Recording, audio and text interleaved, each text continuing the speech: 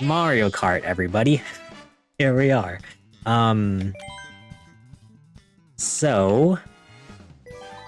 Yeah, I guess, I don't know. We'll just play some online, see how we do tonight. I love Mario Kart because it's the perfect, and I've been making little TikToks too out of my Mario Kart streams. It's like, I feel like now Mario Kart can be my version of Subway Surfers. Where I just have the Mario Kart gameplay going and then I'm talking over it. It's like it's like my version of Subway Surfers. Will you be watching the State of Play tomorrow? I guess I will. What time is it? I wasn't planning on like going out of my way to watch it, but let me see. Oh wait, you know what? I have 2 doctor's appointments tomorrow. Let me see. 12 p.m.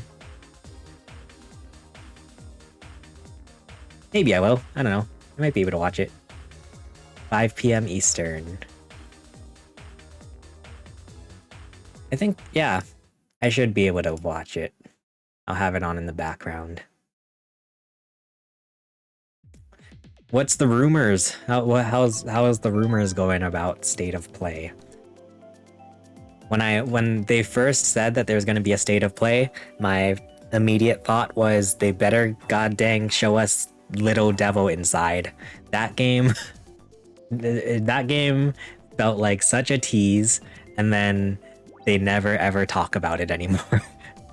It's just like in purgatory. But I want to see that. That was like the one game that I was like super duper hyped about for the PlayStation 5, and then it never came out. Like, what happened to that? That's my main thing that I'm hoping to see at the State of Play tomorrow. Little Devil Inside.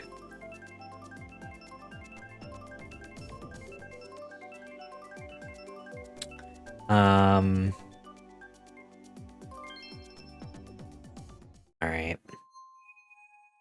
Boop, boop, boop, boop. Also, we're at 8,326 points.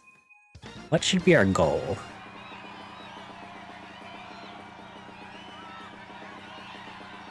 I don't know. Like, yeah, I'm the Nintendo guy, so I feel like I'm not too knowledgeable about PlayStation and what's going on with them. I mean, because Last of Us Part 2 came out. Last of Us Part 2, remastered.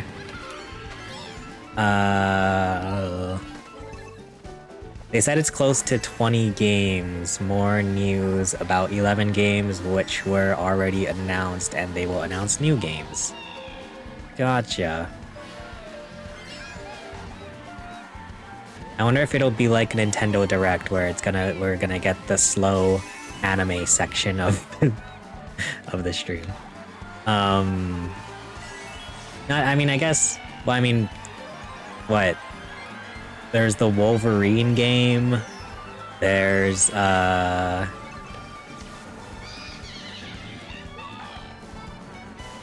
well, I mean, obviously, yeah, we aren't gonna see the Last of Us multiplayer thing.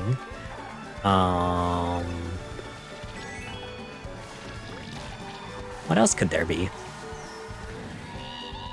Oh wait, there was just that announcement. Was that? I think that was Xbox, though. Was Xbox the Indiana Jones game? Damn it. Ow.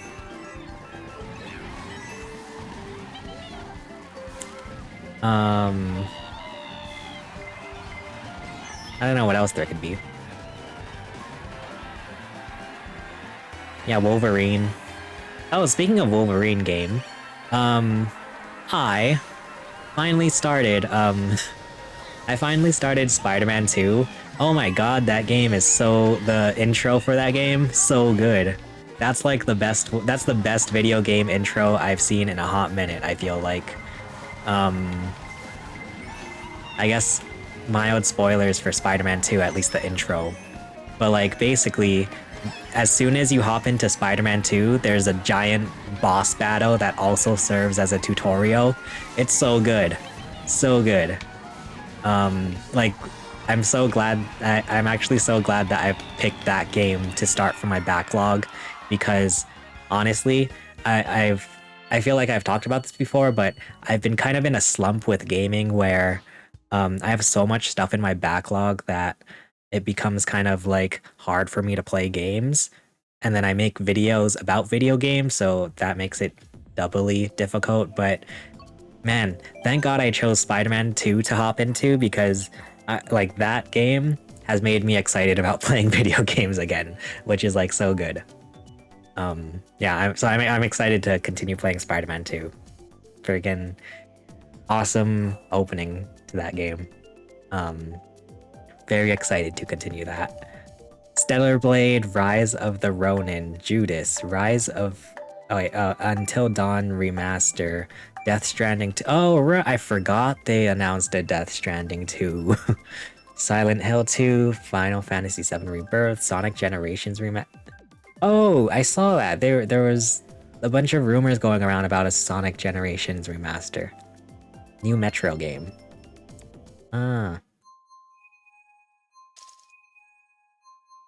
What would a what would a Sonic Generations remaster look like, though? I feel like that game already looks pretty good, right?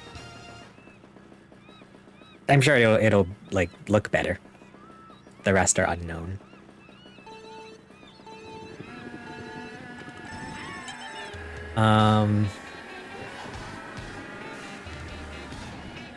They'll probably save the best announcements for that. Yeah, probably. Yoshi just ran right into the pillar. Yeah. Yeah, for me, it's like the main thing that I want to see is that game, Little Devil Inside. Because that's like one of the main reasons I bought my, well, I mean, not one of the main reasons, but that's like, I remember it was during that PlayStation, what did they call it? Was it PlayStation Direct or something? It was during the PlayStation 5 when they first showed the console, and then they showed a trailer for Little Devil Inside, and that was the game that stood out to me the most. And that was way back in like, what, 2020 or something? 2019? When was the PlayStation 5 revealed? I ran right into the bomb.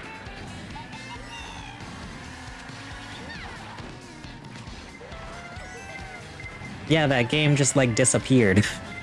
And it's been like 3-4 years or whatever.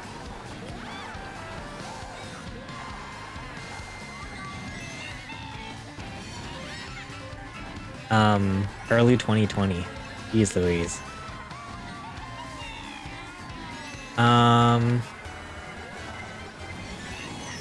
What do you guys think of the PlayStation 5 so far after, what, it's been 4 years now? I guess closer to 3 than 4.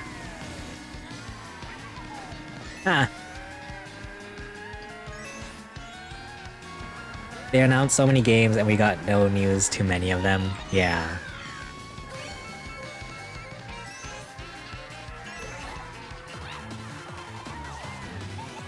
Yeah, like Wolverine. I wonder what happened. I'm sure that's still coming. But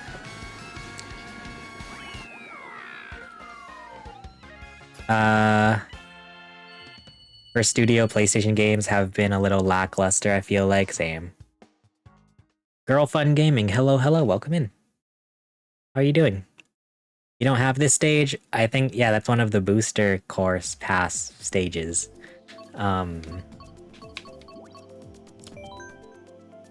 It's nice though, because if you play Mario Kart 8 Deluxe online, I believe anybody can choose the DLC courses, so that's nice. Way too many remasters or remakes, nothing original. Yeah. Yeah, I feel like for being out for 3 years, I don't know if there's like too many PS5 games that I'm like, oh yeah, this is a PS5 must-have.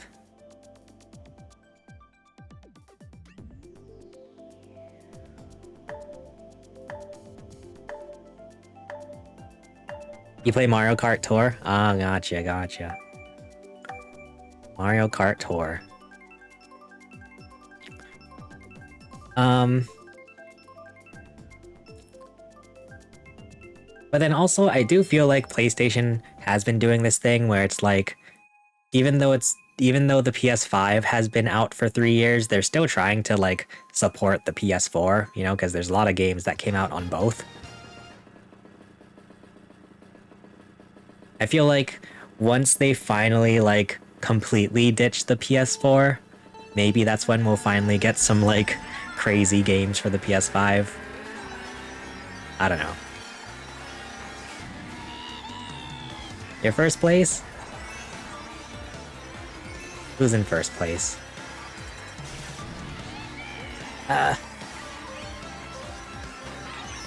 Ow.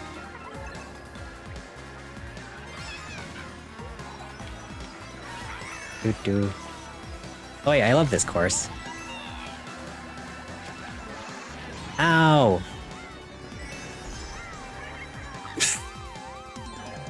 Cool. Your first place on ranking, nice. They're trying to get rid of the stock of the original PlayStation 5? Really?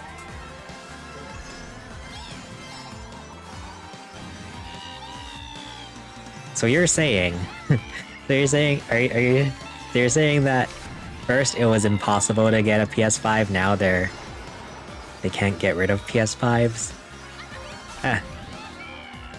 Ranking 234 now. Nice. Oh god, the bullet bill went right past me.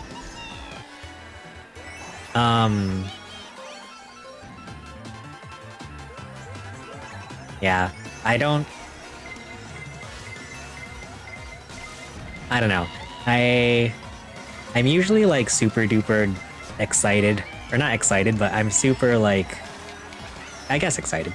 I usually get excited about console whenever there's like console redesigns, but the PlayStation 5 Slim, I'm not gonna lie, that does not look good. I don't know. My god. Yay.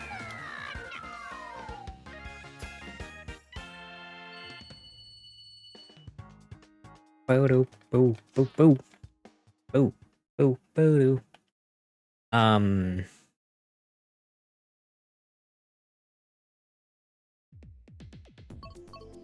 Yeah, I cannot get behind the PS5 Slim.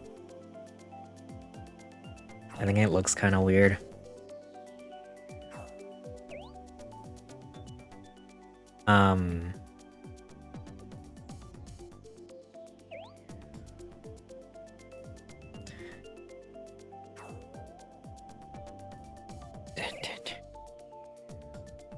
And they did a bunch of weird things with the PS5 Slim. I think like I think the stand is sold separately or something, or like I know they sell the disk drive separately, which is really weird.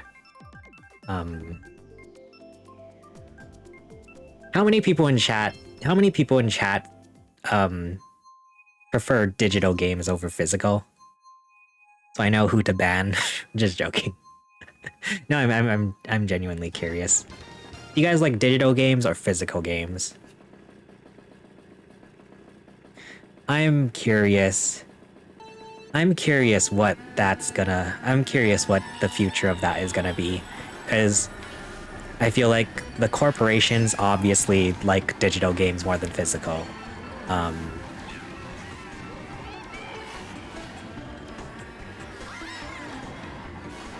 And I feel like with like PlayStation selling the disc drive separately is a little bit iffy for physical games, for the future of physical games. Digital games are nasty. I only buy digital games if there's an insane sale on it. Same. Yeah, I love me physical games. For multiple reasons.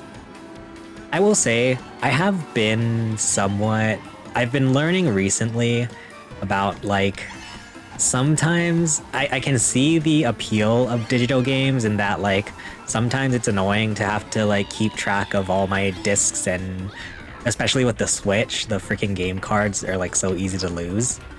So I can see why digital can be more convenient, but yeah, I still love physical way more. Um, I forget if I told this story. Um, so back when Animal Crossing New Horizons came out on the Switch, um, I went. It was right before right before COVID too. I remember it was like I remember the day that, in fact, I vlogged it on my YouTube. The day that Animal Crossing came out, Animal Crossing New Horizons came out. It was the day that I believe the Disney store announced that they would be closing their stores for COVID. So I went to GameStop, picked up my pre-order for Animal Crossing New Horizons. And then after, spending like however many hours in Animal Crossing New Horizons, also first place, let's go. First time getting first place this night. Yeah, after spending a bunch of hours in Animal Crossing New Horizons, I was like, okay, I'm playing this game way too much where it would probably make more sense to me just to have the digital version instead of the physical one, because, it's like you have to put in the game, then take it out, and then put in the game. And like, so I sold my physical version and used that money to get the digital version of Animal Crossing. Then everybody stopped playing Animal Crossing. I feel like everyone in the world, there was a point in like, I don't know, maybe 2021 or 2022, where everybody in the world just, at the same time, just stopped playing Animal Crossing. You stopped playing in 2021, yeah, I feel like there's a point where everybody was just like, okay, that was fun. Next thing. Let's move on to the next thing. Yeah, so then, and then I was stuck with like the whole conundrum of now I only have the digital version of Animal Crossing, and then I wanted the physical version again. So I went back on eBay and bought the physical copy of Animal Crossing. So I bought physical Animal Crossing, sold it for digital, and then bought another physical. Like, yeah, it's been a ridiculous mess. So long story short, we now have the physical copy of Animal Crossing. I enjoyed playing it during the pandemic. It was very cozy. Yeah, it totally was.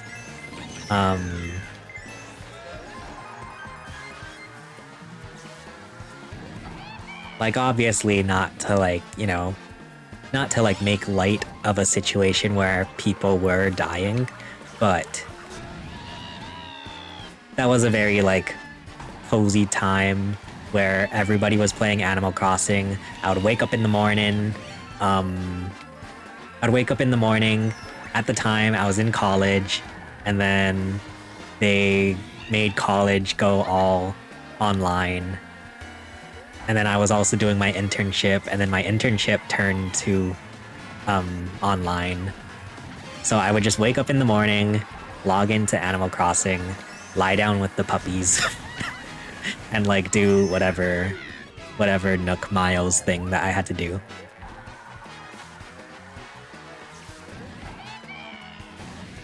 At first, I was a little bit worried about the whole Nook phone thing and the Nook Miles, but then now I realize that was probably the best thing they could have put in Animal Crossing. Was like the Nook Miles, like whatever daily tasks. That was like my favorite thing in Animal Crossing. Like, I feel like they have to do that for every Animal Crossing game now. The daily tasks or whatever to get Nook Miles. Bum bum bum.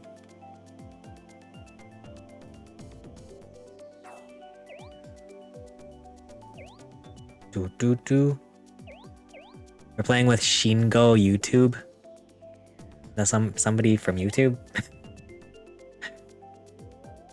Dun dun dun.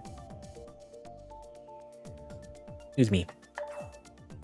Speaking of which, I wonder if they will ever make another Animal Crossing game. Actually, you know what was funny with Animal Crossing 2?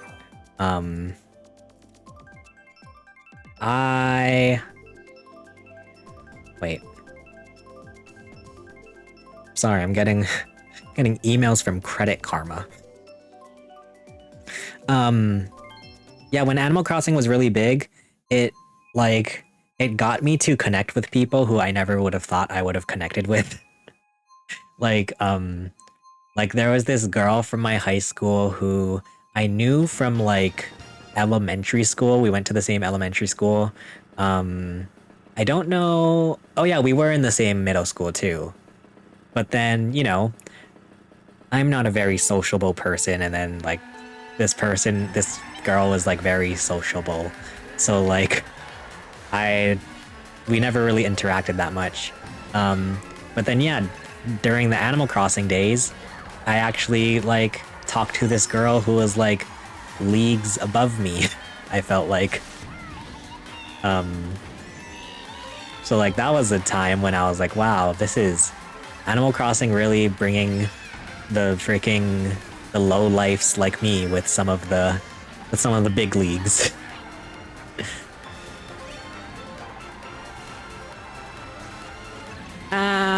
Sorry, damn it. The new Switch is supposed to drop at the end of the year with a $399 price point. Yeah, that's what all the rumors are pointing to right now. Yeah, I'm excited for that. I will be there day one. And luckily, I did see a report recently where they're hoping to make 10 million Switch 2s. 10 million Switch 2s for the first fiscal year. So hopefully there won't be freaking scalpers with the Switch 2. That is my biggest fear with the Switch 2 is how difficult it's going to be to pre-order. I feel like I probably lucked out with my original Switch. I was able to get a pre-order from Best Buy and GameStop. But I feel like the Switch came out in an interesting time where it was like post Wii U, so nobody really believed in Nintendo. Or like nobody was aware of Nintendo, I guess. So it was still pretty easy to get a Nintendo Switch when it first came out.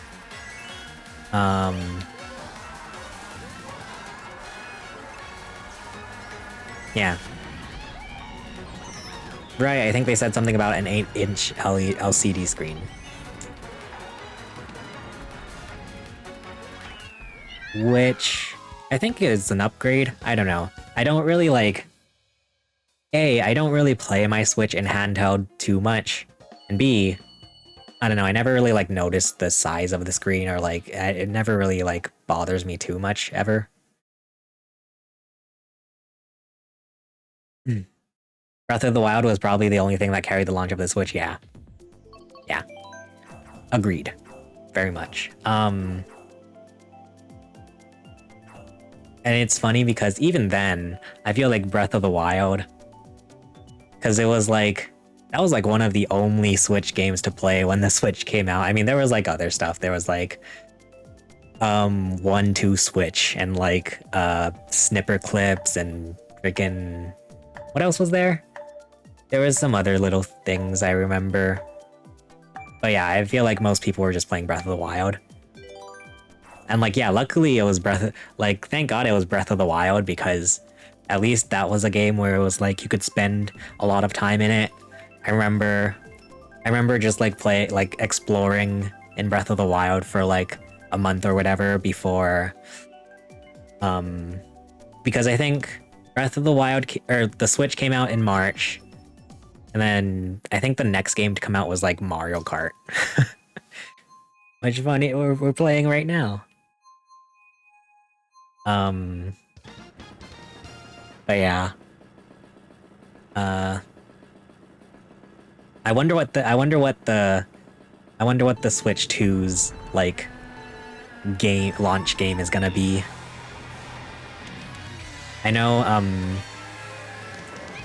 ex Nintendo employees Kit and Krista are betting on Mario Kart 9 being the Switch 2 launch game. That would be pretty hype. Ow.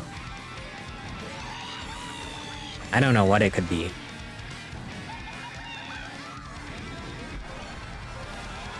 Oh, maybe it would. Maybe what if they do Super Mario Odyssey 2 as the Switch 2 launch game? That would be pretty exciting.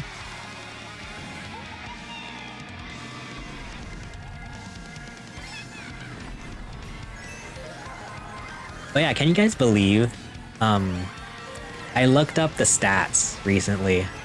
I looked up the stats and can you guys believe that this game, Mario Kart 8 Deluxe, is the highest selling, or Mario Kart 8 Deluxe is the second highest, I believe, selling Nintendo game of all time. The first one, I think, is Wii Sports. Which I don't even know if that's like a fair judgment because Wii Sports came with the Wii. But like, isn't that wild?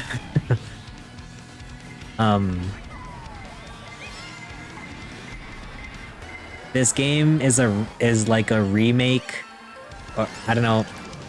I'm scared to use remake, re-release, or remaster ever again because I said that in my TikTok and somebody in the TikTok comments got really butthurt about it. I think I in one of my videos I said remake instead of remaster or something, or maybe remaster instead of remake, and somebody came at me in the TikTok comments and they were so butthurt about it. It was funny. They're like, because of the fact that I said remaster instead of remake, they said, "No wonder you don't have any followers." And I'm just like, gee, how can you get that upset about like the wrong word? And even then, like remake, remaster, re-release, they're all like very similar words. Like, Jesus Christ. I feel like it's more of a port. Yeah, like Mario Kart 8 Deluxe, it's Mario Kart 8 Deluxe. Like, I feel like the title explains itself. It's Mario Kart 8 with a little bit more to it.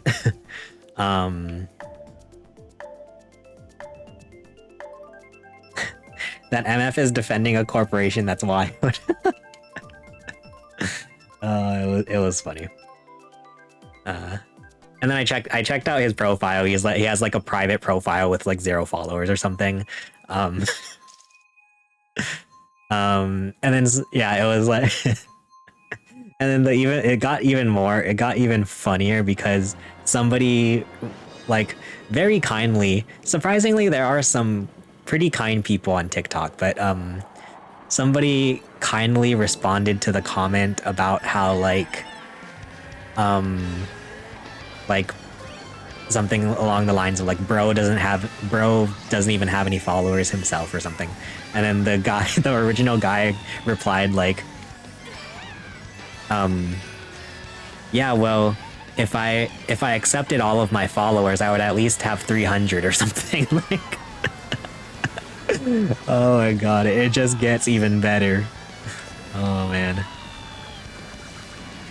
I love like, I don't know if this will be like, I don't know how like relatable this would be for most people, but like I love when comment sections they start out with a hate comment, and then as people reply to the comment, as the thread gets longer, it just turns into like a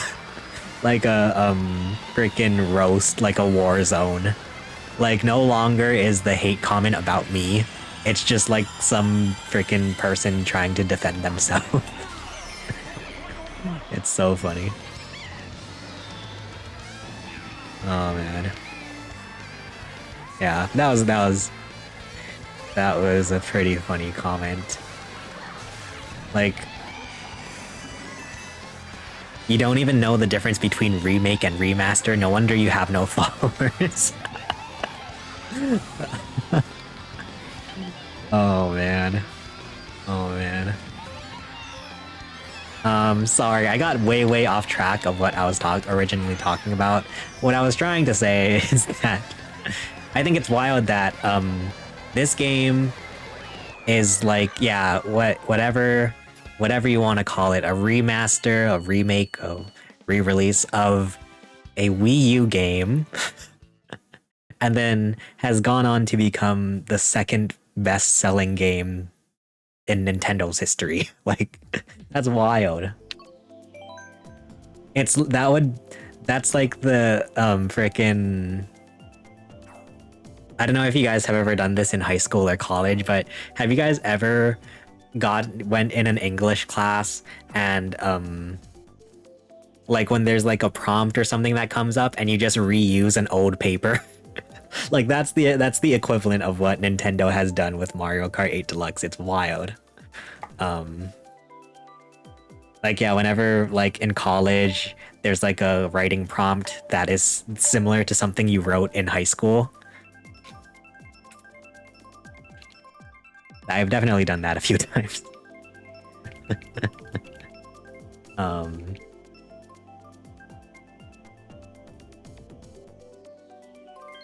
Yeah.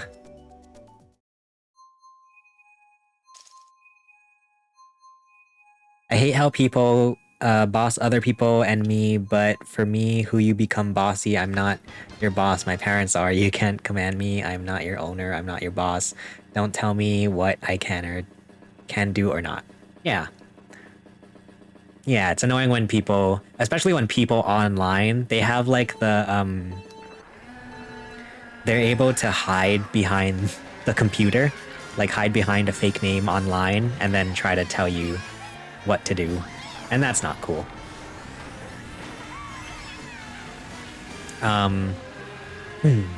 Yeah.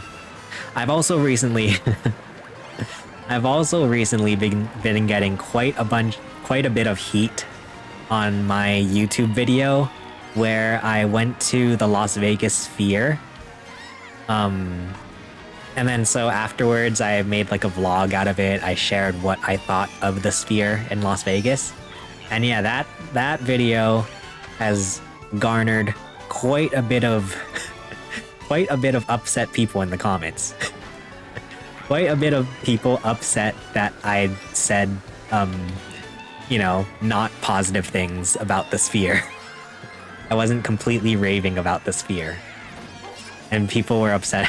Like, I don't know if it's like, is it the people who made the Sphere? Maybe? I don't know. There are some people in the comments who are very upset about what I had to say about the Las Vegas Sphere. Even though I said some nice things about it.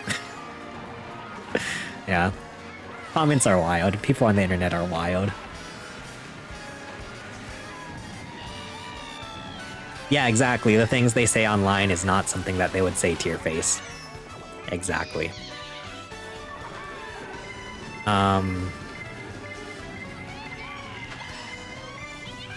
Yeah, I posted a YouTube video talking about, and I don't know, I guess I should explain too, in case you guys don't know. In October, I went to Las Vegas for TwitchCon, and there's this new thing in maybe you guys have seen it on like TikTok or Instagram, but like there's this new thing in Vegas. It's called the Sphere, because it's just a giant sphere. It's just a giant ball in Vegas, and like there's like a screen on the outside. You'll probably find a lot of posts online where it's like the outside of the Sphere. But yeah, there's this show inside of the Sphere. It's like a movie inside of the Sphere, and so it's like a big screen inside of this ball, and so it like wraps all around the theater. So when I was in Vegas, I went to go see that, and I posted my YouTube video talking about, like, you know, how it was like a fun time. There were some things that I felt like Well, I mean, even that, like, I don't, it was definitely, it was fun. It was definitely a good experience, but, you know, there are tiny little things where it's like, okay, like, I noticed, like, the screen cuts off at the bottom of the sphere, which is, like, you know, it's such a tiny thing, but, like, something that I noticed. And, like, people came at me in the comments. Like, like, yeah, like the kind of comments where the kind of hate comments where it's like they go after your personality. Like someone was like, oh, I feel sorry for you and anyone who acts like you. Like what the hell?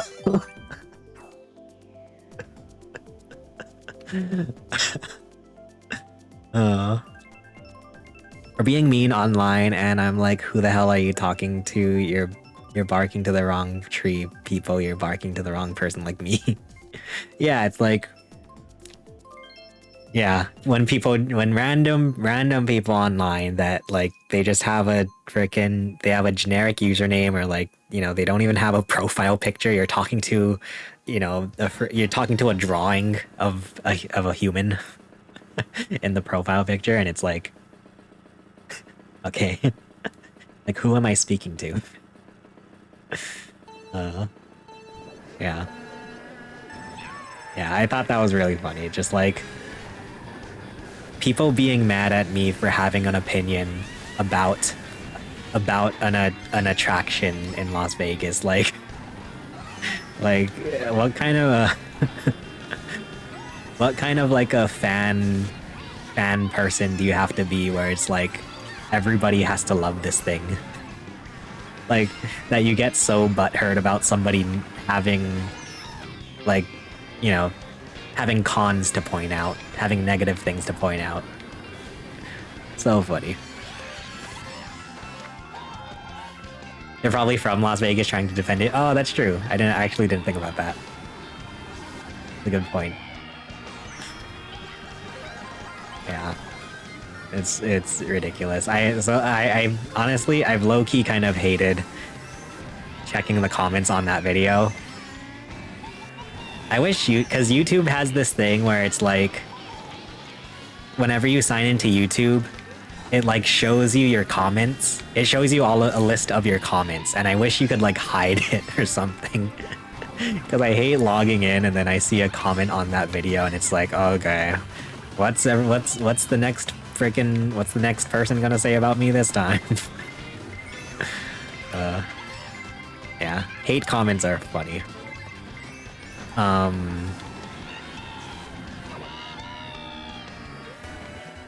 Yeah, I don't understand why people go out of the way to just to defend corporations who could give two craps about them. Exactly.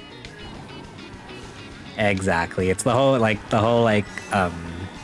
you know, the whole fanboyism and whatnot. Like, I mean, I call myself a Nintendo fanboy, kind of just as like a meme. It's not like I'll like, you know, it's not like I'll like freaking go to war for this company, but I like Nintendo games, but like I just kind of say it for the memes. I don't care what people choose to play or do. Yeah, who the heck is a diehard Sphere fan? I love that. Oh my god.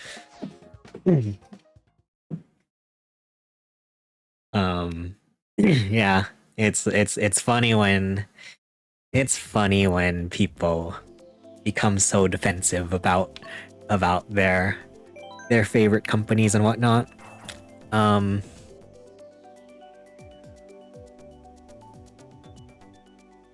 Yeah. And yeah. Speaking of which, you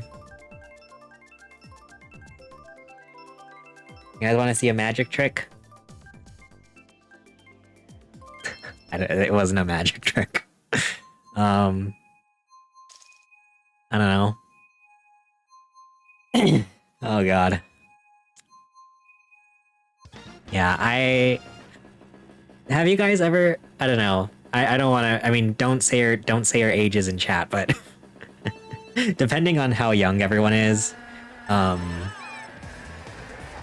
like there's a reason you made the video. You're sharing your perspective. Exactly. There's probably others who also did not enjoy or did not have the best experience with it. Yeah, thank you.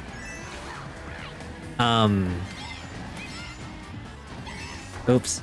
Automod caught that message. Sorry, hold up. Oh, thanks, Turtwig.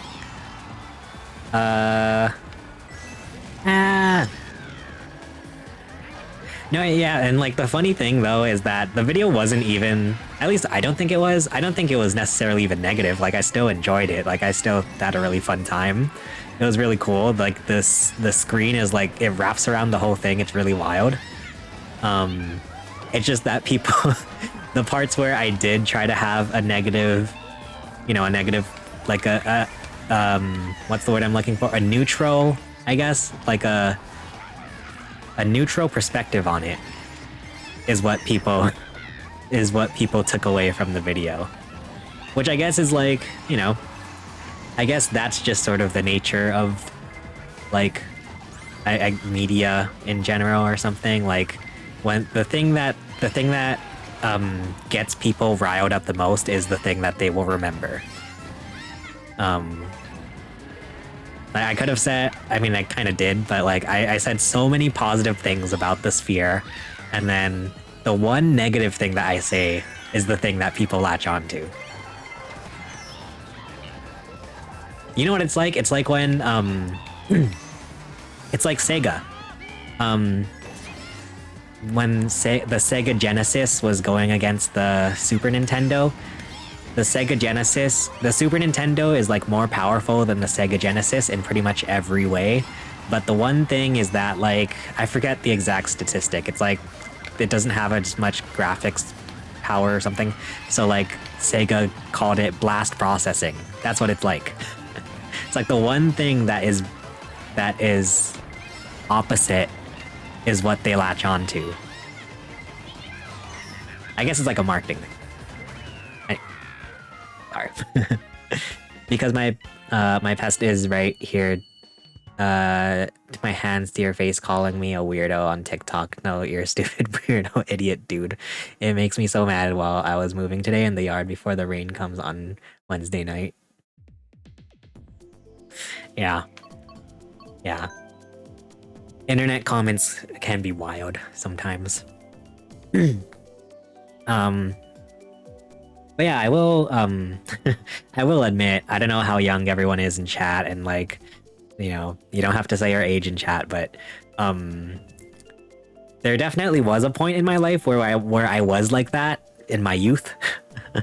Like definitely when I was maybe 13 or 14, even 12, I was very much a fanboy in like the toxic sense, where it's like I would make video essays about why you shouldn't buy an Xbox. So like there was a time, I can admit, when I was kind of toxic about that. Or like, yeah, like about why I only like iPhones and everything else isn't good. Or something like I don't know. I've definitely laid back about it over the years. But yeah. There was a time where I was very much kind of toxic about fanboyism.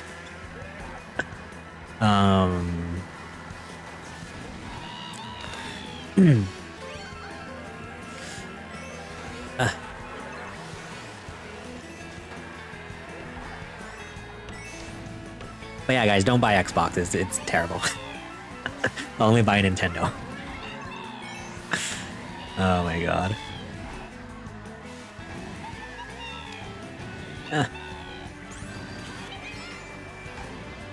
I wonder what the next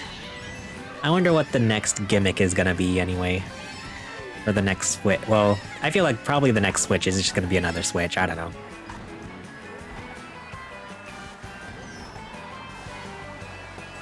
I don't know. The thing that gets me about like Switch 2 rumors and whatnot is that like a lot of times when Nintendo sticks to when Nintendo just reuses their old reuses the previous generation, a lot of times it doesn't go well for them. I feel like, I don't know. Maybe it's just like a coincidence, but like, you know, the 3DS, obviously the name has the DS in it, so it was very similar to the 3DS was very similar to the DS. The Wii U was very similar to the Wii. Like, whenever they just reuse the last generation name, I feel like it doesn't really go well for them. I'm curious if they're gonna just do like straight up Switch 2.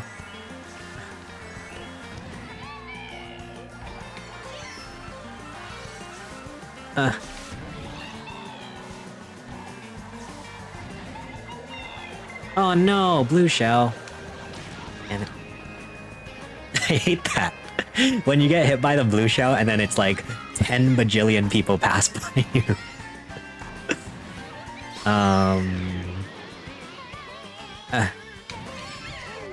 I'm not gonna lie. I don't know if you guys can tell. Now that I know that I'm making these like highlight videos, I'm trying to be a lot more animated. I can definitely tell. Hey, third place, let's go. I wish people can understand how I feel every day with asthma and allergies and autism, you know, how hard is my life every single day. It's so hard, but I got used to it mostly. Oh, that's good. Yeah, I think everybody has struggles to deal with, and it's like very, you know, it's very important for everybody to be aware that everybody has their own struggles and whatnot.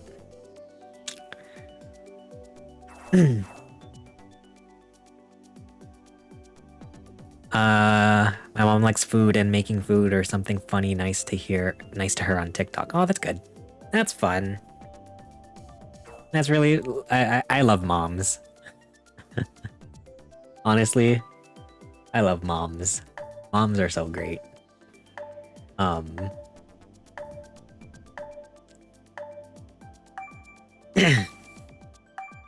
Yeah, bless all the moms out there. As long as you're not, as long as moms aren't, you know, bad to their children or anything. You're gonna love my mom. She is the best cook ever. Oh, that's nice. That's cute. I love that. Yeah, isn't that crazy? I feel, well, I mean, not that there is like not to like generalize or like put pressure on moms already, but I feel like every mom is just good at cooking for whatever reason. I feel like just like moms in general are just so good at like everything. Like it's just like a natural thing.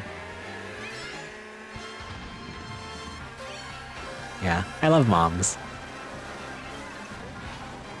And not in a weird way. Sorry. That went from really wholesome to really weird real quick. Oh god. Anyway.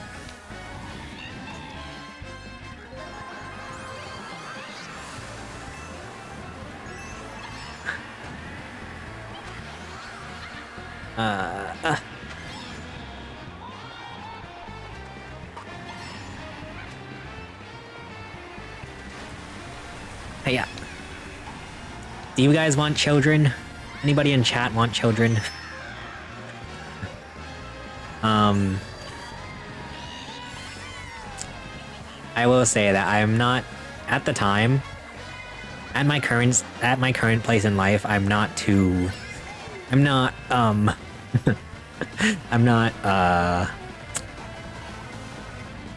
not like rushing to have children.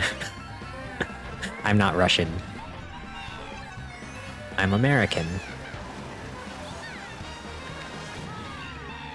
I want her to make me Valentine's Day M&M cookies with Valentine's M&Ms, the red and pink ones. Oh, that's cute. That would be cute. I forgot Valentine's Day is coming up. Speaking of children.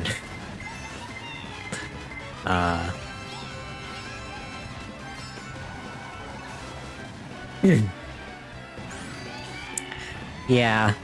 At my current stance in life, like, I grew up very, I grew up watching children a lot. I also recently, was very, like, sort of, I was very, in the front lines, I guess, as my niece grew up, and I realized that I probably don't want children. Yeah, at least I'm not rushing to have children. I'm not in any rush. Wait, I just realized, did they use the same model train for these two Merry Mountain and Calamari Desert? The trains look the same, just with a different, just with, like, a Christmas theme. What the heck?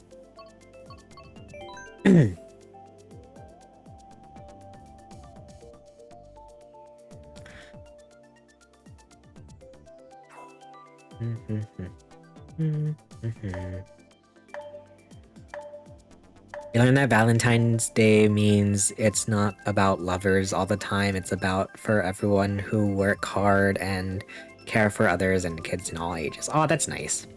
That's a nice way. That's like a nice... I love that. Yeah. That is true. I feel like Valentine's Day does have... I don't know, I don't have any, like, I don't have too strong opinions on Valentine's Day, it's whatever. But, like, I do, like, I always thought it was interesting, the sentiment of, like, I've heard people talk about how, like, Valentine's Day is, like, a weird holiday because it's, like, the one day of the year that you should love your partner, but shouldn't you love your partner every day of the year? But, like, also, I mean, I think it's cute when people want to celebrate it, so I'm not strongly on either side. I just think it's interesting, both sides of it. And then now I'm gonna get cancelled for saying that. Like the frickin' sphere.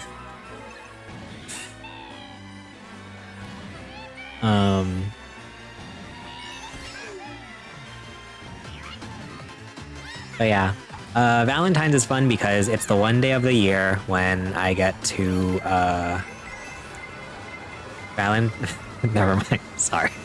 I was gonna make an inappropriate joke, but never mind.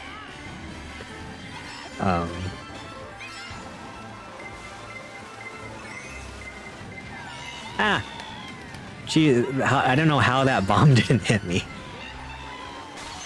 Alright.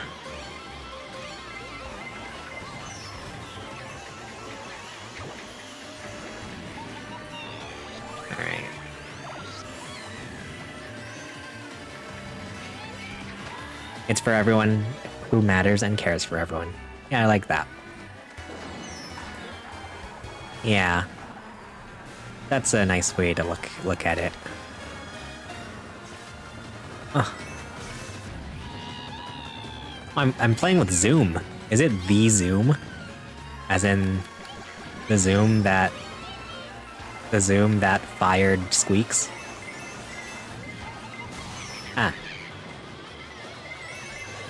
Okay. Dude, Mario Kart can literally be like a jump scare sometimes. Like when items come at you from behind you and like you don't know what it is. It's terrifying.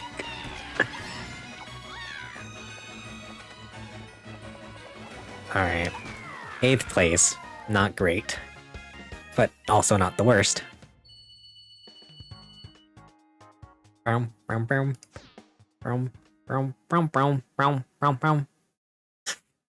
Also, wait, I'm gonna run a quick ad break just so that we can turn off rerolls.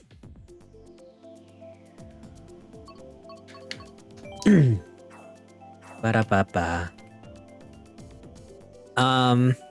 I hope I think it's interesting too. I like that they brought over Mario Kart Tour tracks into the booster course pass, because now I didn't realize it until like just now, but I guess in Mario Kart 9, does that mean they could technically just bring Mario Kart Tour tracks into Mario Kart 9?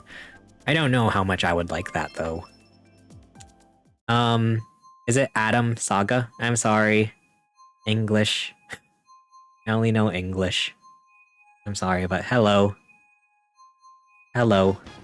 Is waving a universal sign? I wonder. Yes, perfect job. Okay. Hello, welcome in. Like, I know that there are some, like, hand gestures that aren't universal. I think the middle finger the middle finger isn't like the middle finger in some parts of the world. I wonder if is waving universal? I'm pretty sure yes and no are universal. Nodding. I forget. I'm just going off of things that I've heard in podcasts.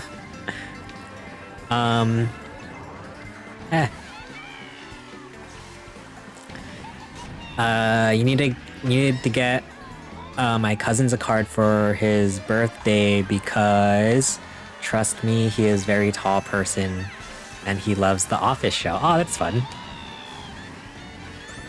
So I'm guessing it was like an office card. That's cute. Oh my god, tall people. Tall people scare me. Tall people are terrifying. Yeah, okay, the sign... Okay, sign is a very bad sign in Brazil, for example. Ah! I see. But hello, I hope you are doing well. I hope you are good.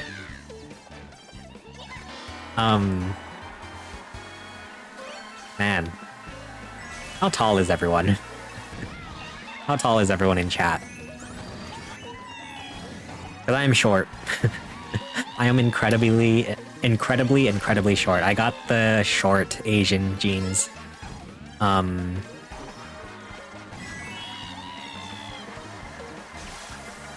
am, I am just a small 5'2" boy.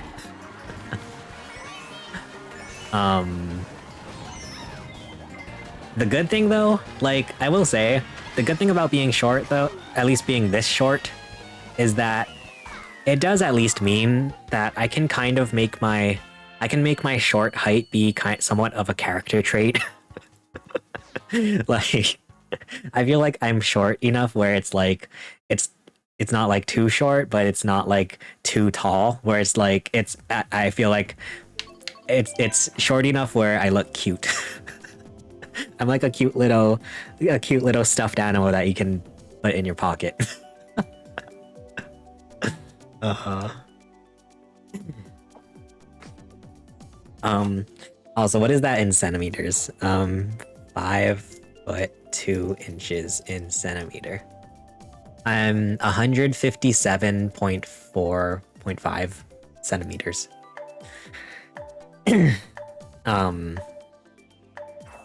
Yeah, I feel like 5'2" is like small enough where it's like it can be kind of like a funny thing to mention. I feel like if I was like 5'4", that would be like a bit that would be kinda. Is height important in the US? Very, very. In fact, in the US, depending on how tall you are, judges how well you are paid in jobs. Just kidding. I'm just kidding. No, height in the US is like very, like, people make it a big deal.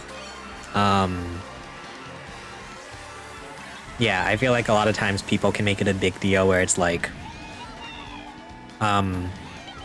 if you're tall, usually that's it's usually associated with having a lot of like authority, or like having like, you know, you know, like being more, being more. Basically, tall people are, uh, tall people are more sought after than short people, I guess.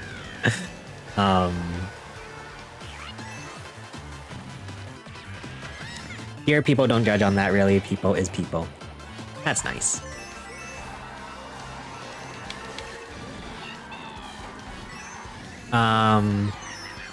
Like a lot of times, especially on the dating apps, on like Tinder and whatnot, people will be like, oh, swipe left if you're less than 5'6" or something.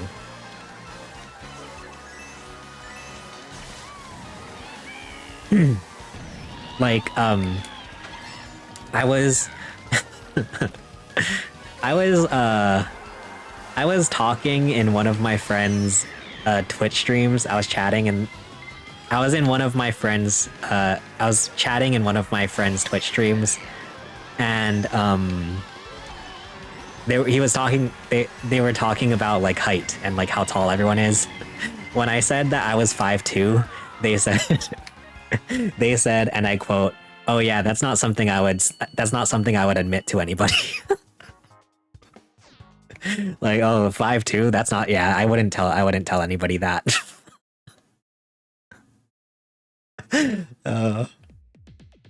And yeah, and then I just like I just crawled into my little mouse hole in the wall and went to bed.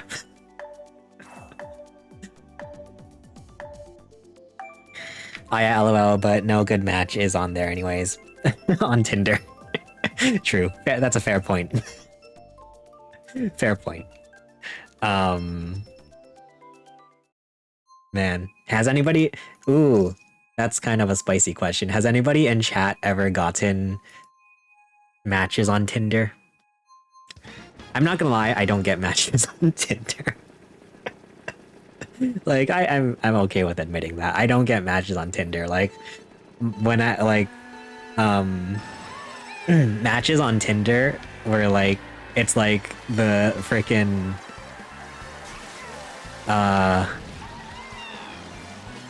like, I feel like, I don't know, like, matches on Tinder were so rare for me. Like, whenever I got a match on Tinder, I would just be like, oh no, don't mess this up, Chase. Don't mess this up because this will be the only one of the year. Oh my god. To me, 5'2" or 7'2", you have a good character. Oh, thanks. I appreciate that.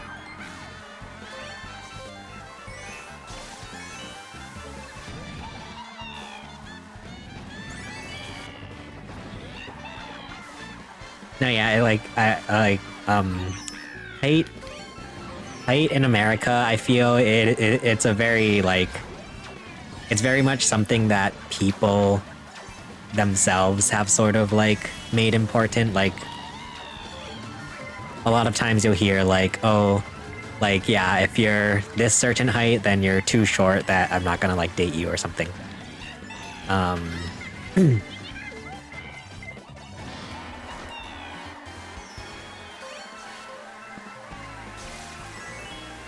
So, like, a lot of times, yeah, like, the taller people will be, like, the more important people, I guess.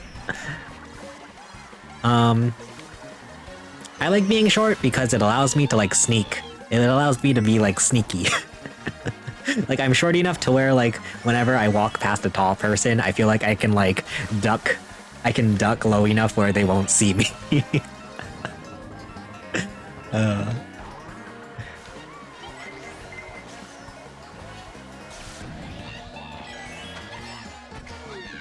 Trying to meet the expectations of people will never satisfy you. That is very well said. Very well said. Agreed. Even then, those tall people aren't selected because of who they are. It's just the arbitrary traits they have, in my opinion. I say this as a tall person.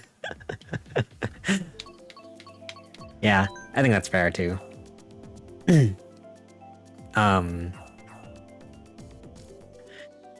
Yeah.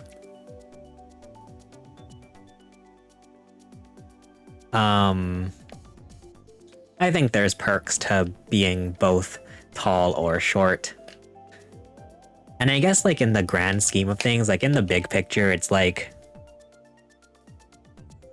Actually, I wonder.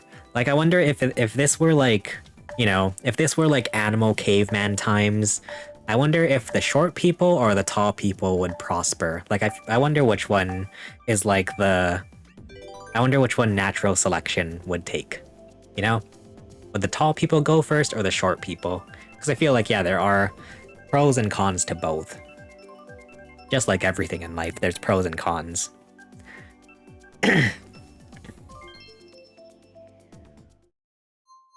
Like, yeah, like, as a short person, I feel like I can be very sneaky.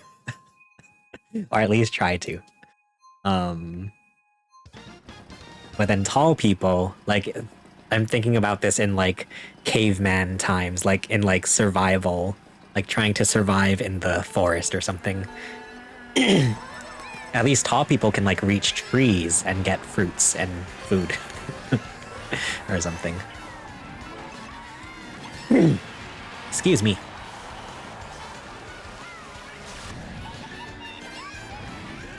Like, yeah, I wonder what the natural selection is of short versus tall people. I don't know.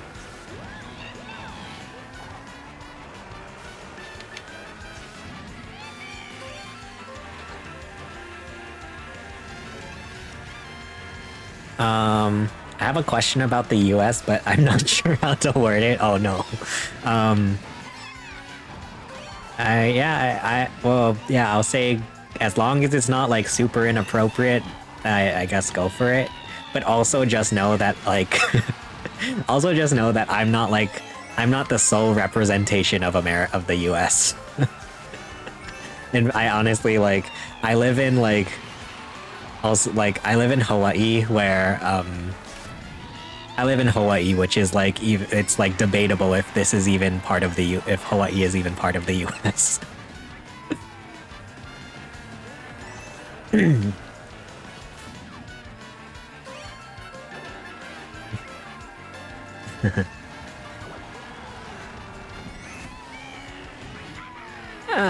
Okay. Do do do do do do do do. Not at all, but you seem to be thoughtful. Your opinion is well, thank you. Thank you, I think.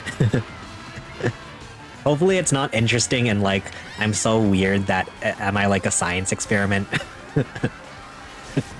My thoughts and opinions are so interesting because I'm just like weird. No, yeah, I know. I appreciate it. Oh, I appreciate it. I'm kidding. I'm just joking. I appreciate it. Thank you. And yeah, no, like your English is like surprisingly well. Your English is surprisingly very, very good. Possibly even better than my English, honestly. Oh no, I'm in last place. Jesus. Come on. Come on. Okay, at least not last place. I'm gonna drink some water real quick. Excuse me.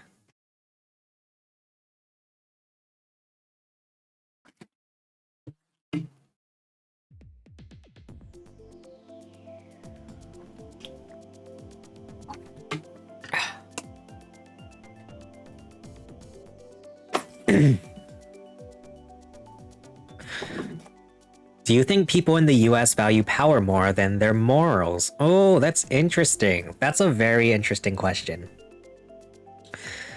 Do I think people in the US value power more than morals? That's interesting. I think so. I thought about it for a few seconds and actually, yeah, that very much makes sense to me, I believe. Because you do see a lot of people just throw away morals to get more power. And I say that in a lot of times for like the big corporations or companies.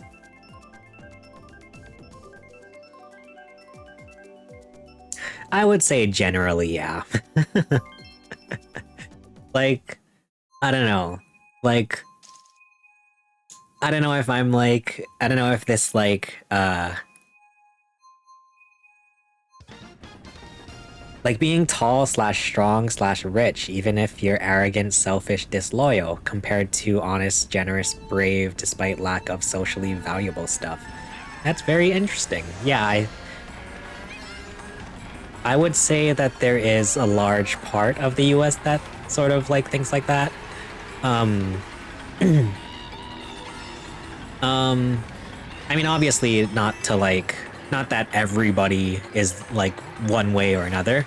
Obviously people, there's like a large there's a large variety of people. Like people are all different, so not everybody is like that, but I will say, I think you do see that a lot where, yeah, people will like just like not care about their morals. They'll just like, they'll do whatever it takes to have power or like you said, like strength and wealth and whatnot. Yeah, I can totally see that being a thing. I feel like, and I feel like I'm learning this too, becoming older in the US, about how much of like a work culture there is here, and like how much, and once again, I don't know, I don't want to speak for everybody in the US because this is just kind of based on my own life and experience. I do feel like there is a lot of like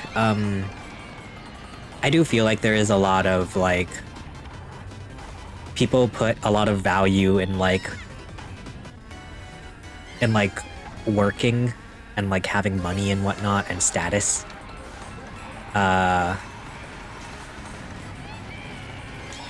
And like, so even in like the smallest way of like, and I've seen this happen too, where it's like people, like there have been people at my work where it's like they're gonna work instead of spend time with their family. Like something as small as that, I feel like even kind of counts, where it's like you're like throwing away your family time just to work and make money. Like, yeah, I feel like that's kind of sad. And then like with some of the extremes of like people will freaking like, you know, like rob people of their money, or like, you know, basically steal people's money just to get higher status and more wealth. Like that's definitely a thing. Like, I mean, I say that as we're streaming on Twitch. No, but yeah,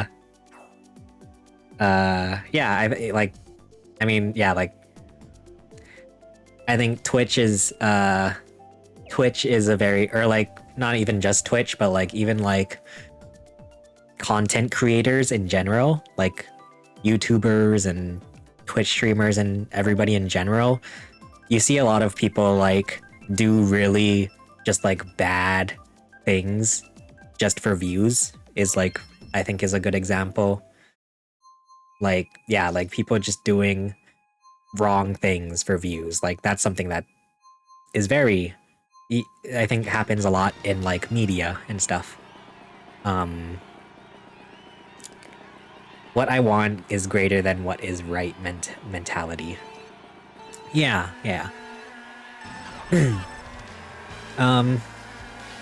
Yeah, it sucks too. It's like,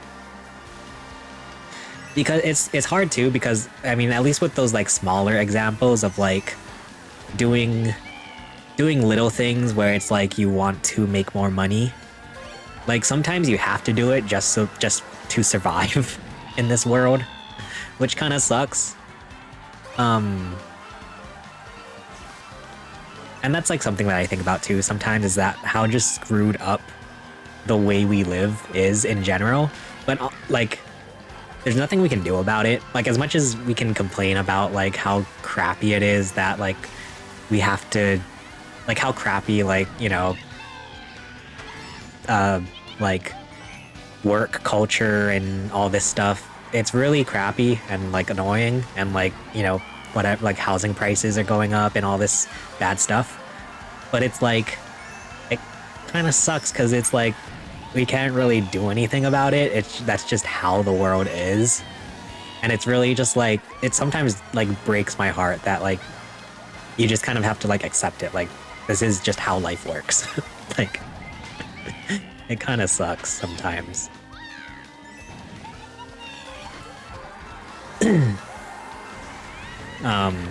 Wow.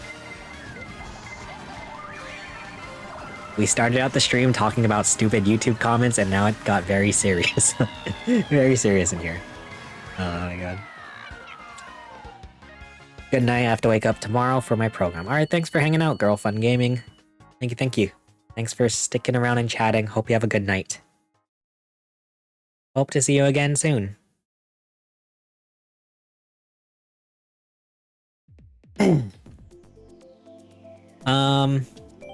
On a lighter note, did you guys hear that Pokimane is quitting Twitch? I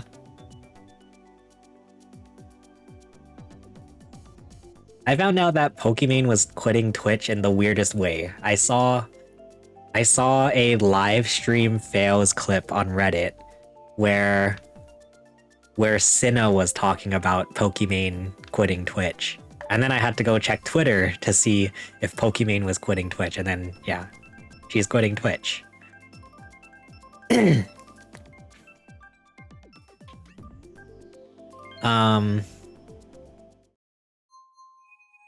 Yeah, really crazy because I feel like Pokimane was one of like the...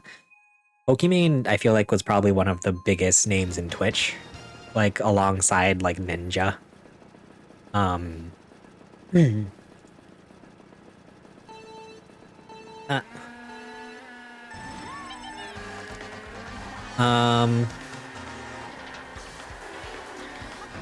Like, yeah, I guess it's also a really crazy realization just how long, like, Twitch has been around, and also how long people have been, like, thriving from streaming on Twitch. Like, I remember I discovered Pokimane in, like, 2018, when she was still doing Fortnite. And at first that didn't seem like that long ago, but like 2018 was 6 years ago. Like that's wild. Like that's somebody could have gone to high school and graduated within that time. Don't remind me.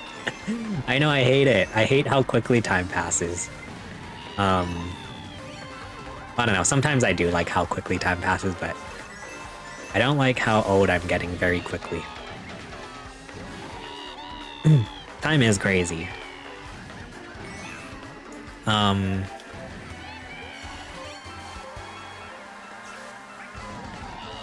yeah, I think it's like wild, and it's also the thing now where it's like Twitch is in a very interesting place with the CEO of Twitch coming out and basically saying that Twitch doesn't make money. A lot of it is just funded by Amazon. So I do like wonder what the future is gonna be for Twitch. I've been watching a lot of like new sort of breakout streamers possibly filling in the roles of the big names like Pokimane. I think Squeaks is a really good one. So it'll be interesting to see like all the up and coming streamers as these like as the big names of Twitch possibly leave the platform or even like retire. Crazy how long it's been.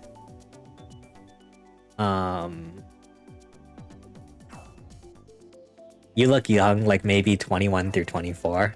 Really? I just turned 25. But yeah. Well, I'm glad I look young, at least. Let's go. Thank God.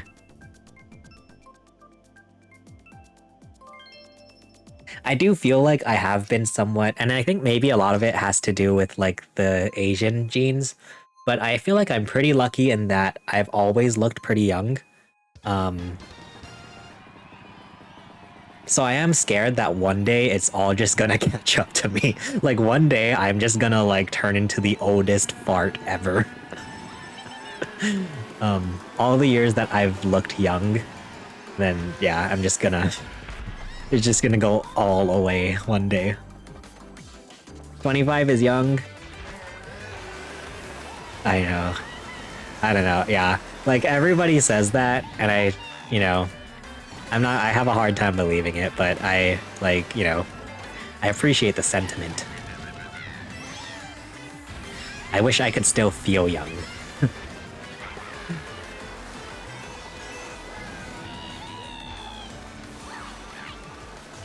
I was gonna say, yeah, Asian age the best. IDK, if that's acceptable to say. Yeah, I think that's fine to say. It is very much like a...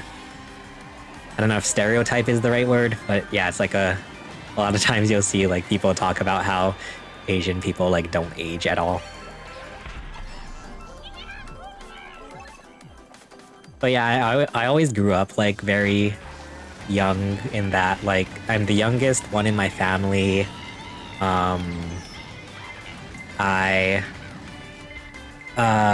My birthday is in December, so since my birthday is so late in the year, I started school early.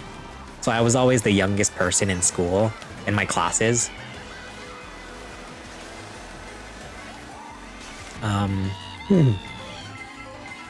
Because yeah, since I started school early, instead of being held back a grade, I was always the youngest person like in classes and whatnot. So I always felt like really young. A lot of times like in social circles, I was like the young person, you know? So now that I'm getting older and there are younger people than me, it really throws me off. Yeah.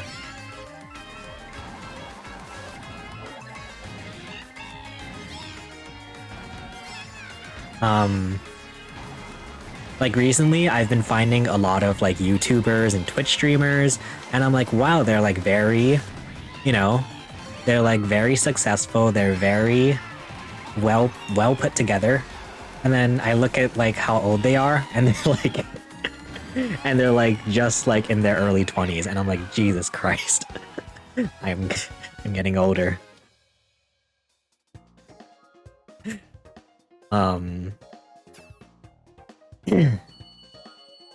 Like, freaking Fan is a Twitch streamer, and she's like super like well known and whatnot. She's a year younger than me. Oh my god.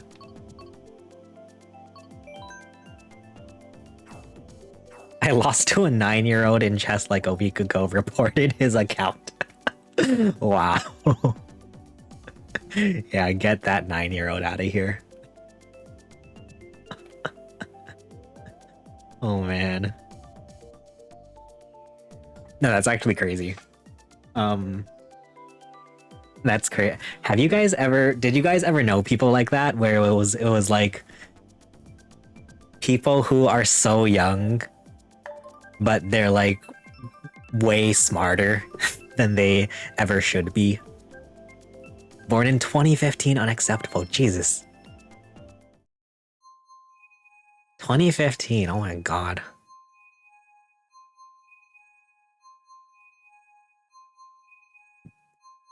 Yeah, there was this kid, there was this person in my grade who I knew who was like extremely just ridiculously knowledgeable and stuff. I don't know. He told me he was gonna be starting up a business in like 8th grade. So he must have been like 11 or 12 years old. and he was starting up a business. And what is that about? I don't know if he actually did it or not, but even to be like thinking about that, like when I was 11 or 12, I was thinking about the best Mario Kart 7 combination, kart combination.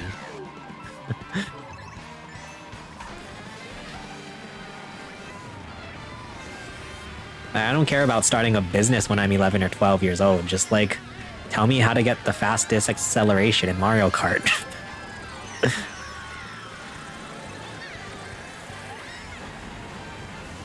Oh wow, I was one of those kids. You were one of those kids. Skipped a grade, honor student, etc. Wow. It's wild. That's so funny. I was talking about it, and it's like we have one of those people in chat. Do we have multiple people like that in chat? We may have the next. Oh, that's like a crazy thought too. We may have the next president in chat. Can you imagine if a Twitch chatter becomes president?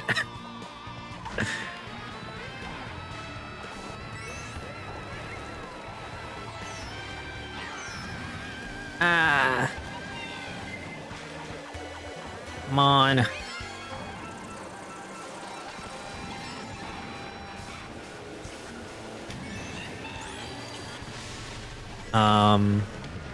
Yikes.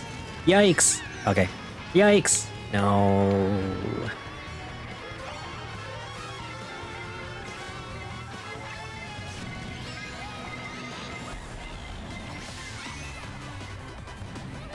The Lucky 8 is kind of a BS item. I don't like it. Like, what's the point?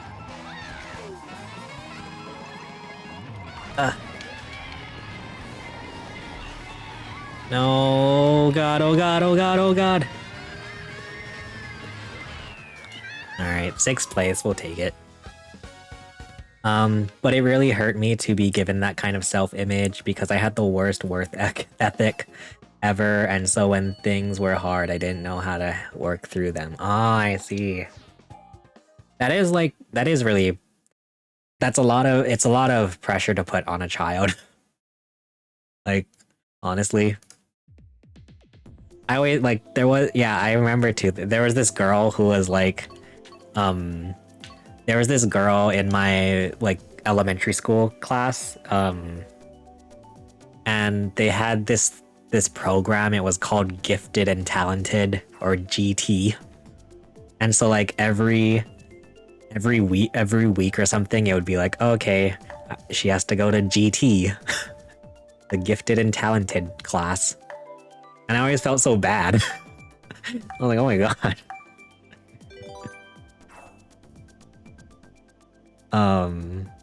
But yeah, I mean, that's a lot of like pressure to put on a child.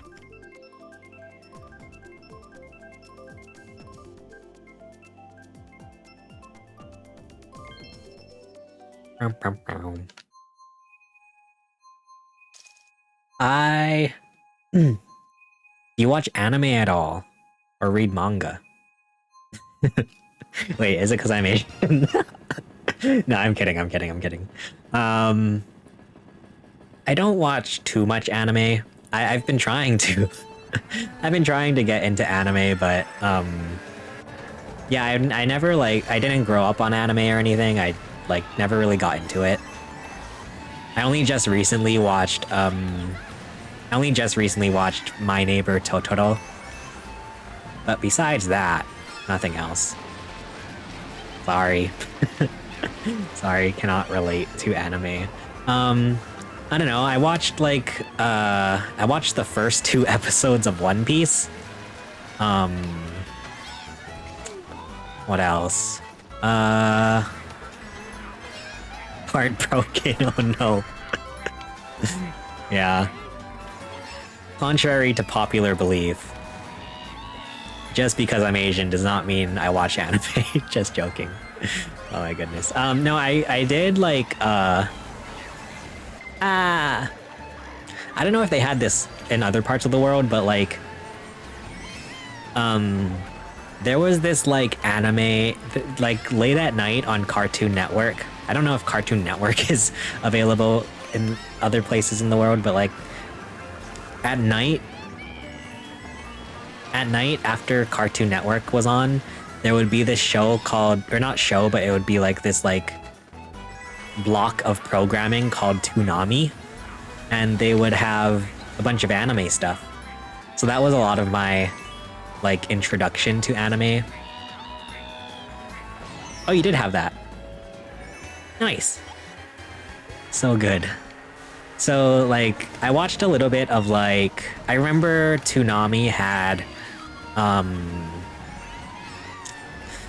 Samurai Jack. I remember Samurai Jack I was like interested in. I don't know if that's anime. I don't even know if that's considered anime.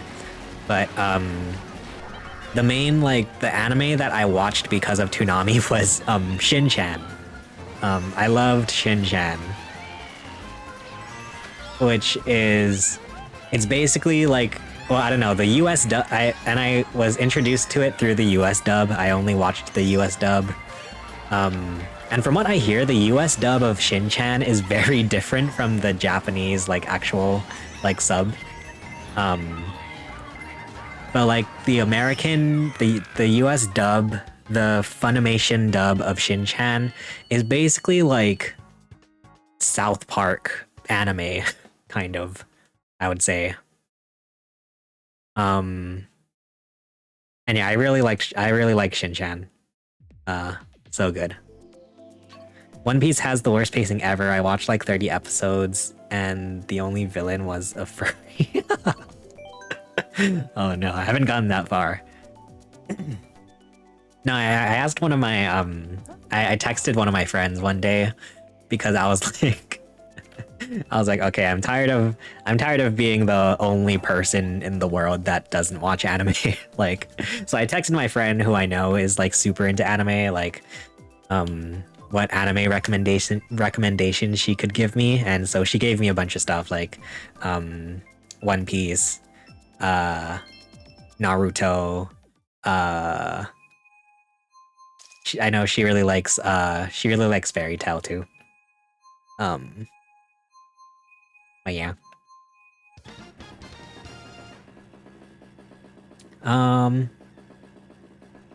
You should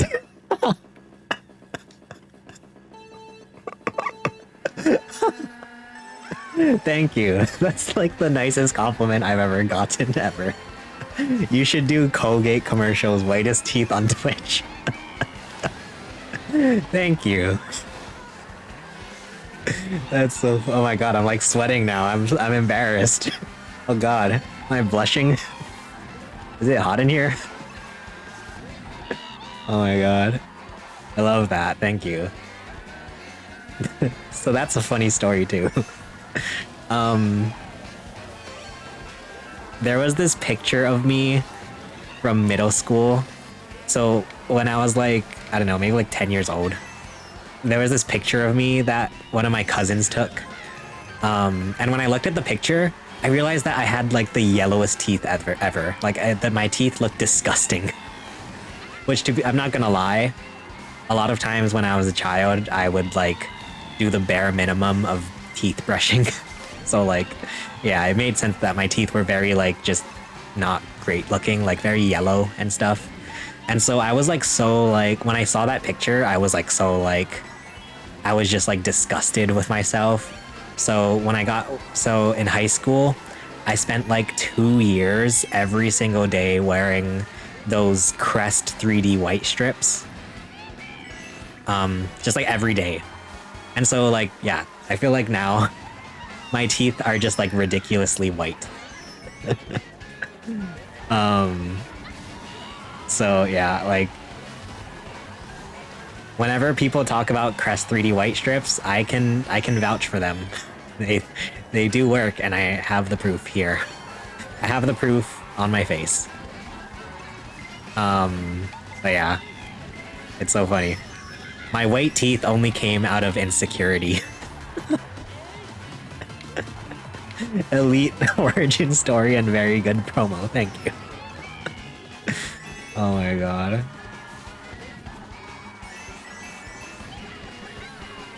My god. I need to save that comment and like put it in my bio or something. I appreciate that a lot. I love when compliments are funny.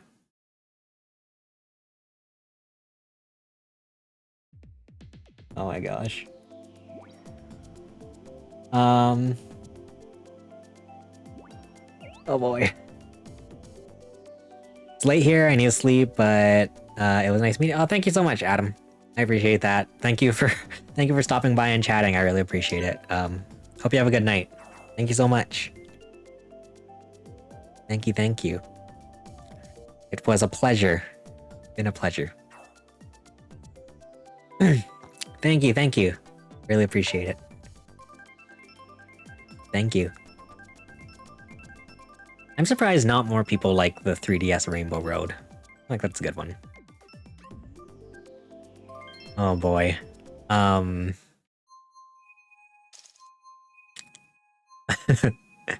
I'm gonna be like smiling the whole night. Like, yeah. My teeth are white. And it was so funny too. It was the funniest thing too.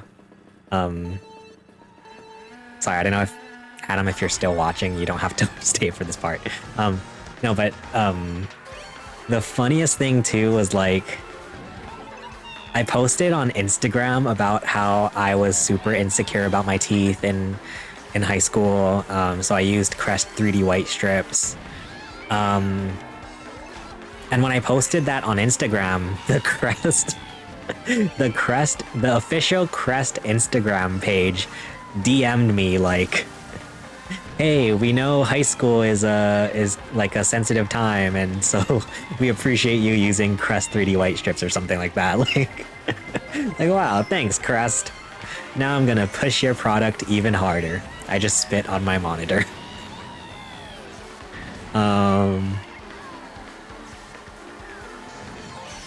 Yeah, the Crest 3D white strips definitely saved my insecurities in high school. At least some of them. I've also had some other teeth problems too. Well, I have a very I have a very big insecurity about my teeth currently, which is that one of my teeth is like, one of my teeth is like crooked and I think is getting worse. I don't know. It feels like it's getting worse and I'm like kind of scared. I never had braces. I was like kind of lucky in that. But I always had this one tooth that is just enough out of line where it's noticeable, I feel like. And I hate it. I really, really hate it. But I feel like I'm too late in my life now where it's like I don't want to get braces. And I think, I don't know, my dentist said that Invisalign, it's too severe for Invisalign. I don't know how true that is, but yeah, I have this tooth right here that's crooked. So I don't know what to do about that. I hate seeing how crooked it is. There was also this time where there was also this time in high school where I chipped my front tooth. Oh wait, no, but before that, sorry, there's a story before that. When I was like 9 or 10 years old, I was at the swimming pool, and so I closed my eyes under the water and swam to the bottom, but the pool was much shallower than I thought it was. So when I dove down into the water, I like just knocked my chin into the bottom of the pool, and then I chipped my front tooth. And it was like, you know, it wasn't like bad enough where I felt like I had to do anything about it. Like it wasn't like super like terrible, but it was like, you know, there definitely was an indent in it. So that was like I forget which one it was. It might have been my right front tooth or something. Fast forward a few years when I was in high school, I ended up chipping my other tooth for a very silly reason. A very silly reason. And so I go to the dentist with this chipped tooth, and they're like, hey, you have this other chip that we might as well fix too. So I was like, okay. So I have like 2 fillings on my front 2 teeth, and So like both of my front two teeth are just like wrecked. But yeah, luckily now, after getting those fillings in my front two teeth, my teeth are like straighter than ever. So I guess I kind of lucked out with that.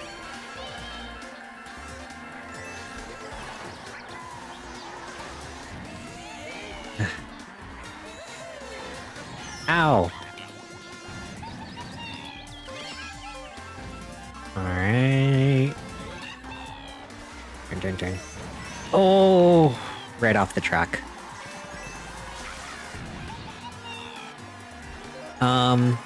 I saw another streamer, Law's Dog, was doing this interesting challenge where she was doing all of the Mario Kart 8 DLC courses, but if she ever got less than first place, she had to restart. I thought that was interesting. Basically having to gold all of the DLC courses.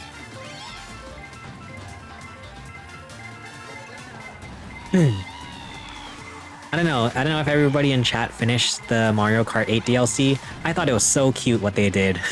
I thought it was so cute what they did at the end of the DLC courses. It's like this splash screen that says thanks for playing or something. I love that. I love when games thank me for playing. Like, that makes me feel good about myself. Like, thank you for playing. And then I audibly say to the TV, you're welcome. I'm like Maui in Moana. What can I say except you're welcome? Oh.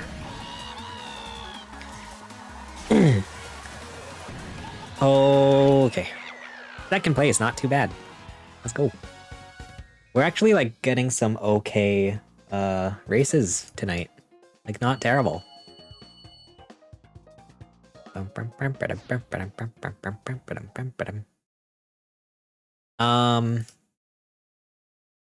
Alright. It is 10 o'clock, ladies and gentlemen. I'm like a airplane, the pilot. Ugh.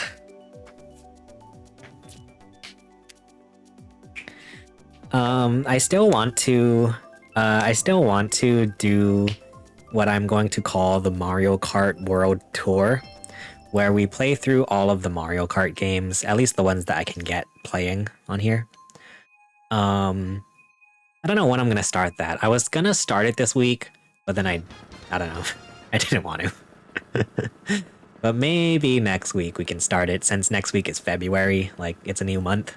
Maybe we should start it.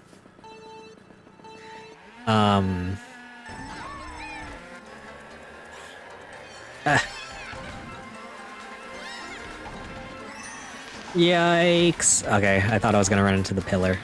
No! Oh, okay. I thought it's the craziest thing in Mario Kart Online when you run into items and then nothing happens. Like the delay of the items or whatever. It's wild.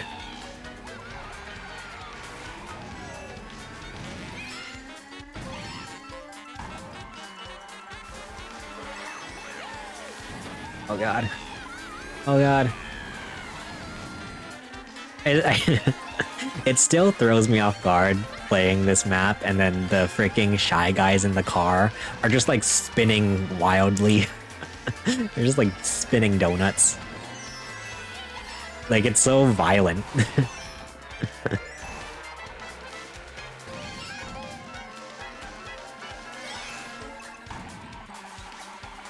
Okay. They should make a coconut mall. In real life. I don't, like, I guess maybe it wouldn't fit in the Super Nintendo world, but like, I don't know, like open up like a freaking, like a pop-up shop or something with Coconut Mall themed stuff. Like, that would be so fun. Come on, Nintendo. Hire me.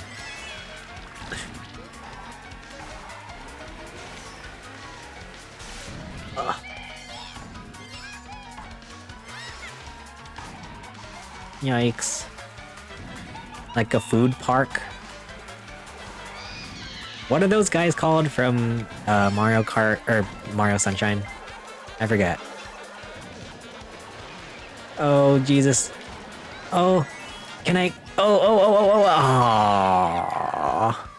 If the red shell actually hit, I might have actually been able to get first there. Bum bum ba-dum bum ba-dum bum bum. Oh, I need to run a quick ad.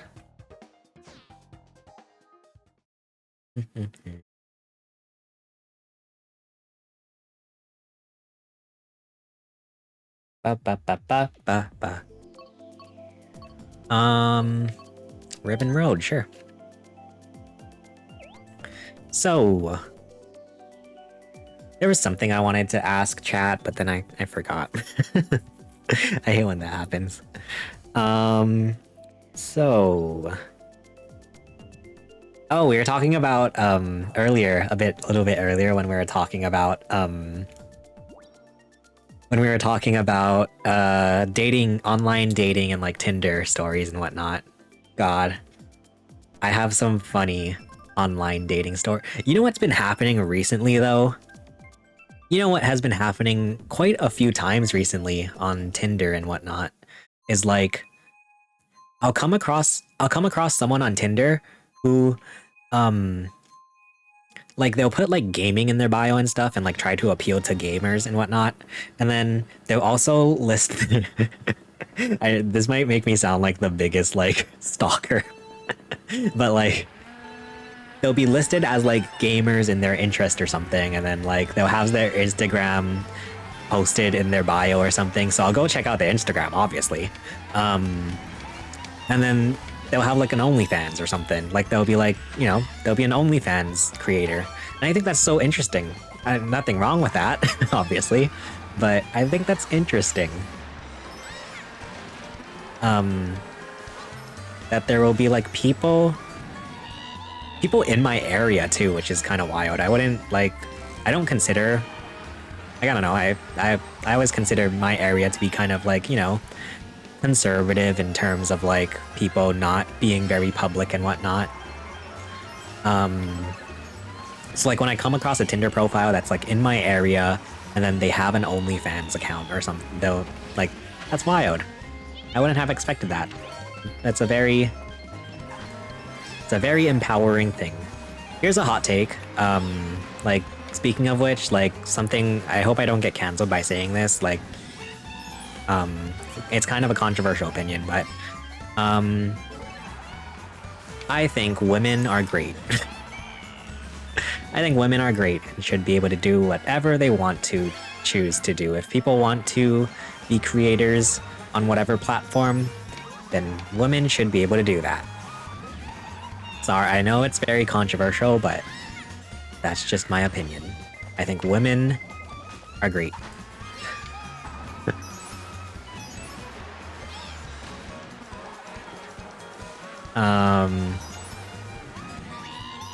No, but yeah, that's something that has been happening recently. I've been kind of stepping away from Tinder and dating profiles and whatnot because honestly, mainly because Dr. Case was talking about how bad it is for our minds. But also it's just like, I feel like I don't have the time nor energy to do so.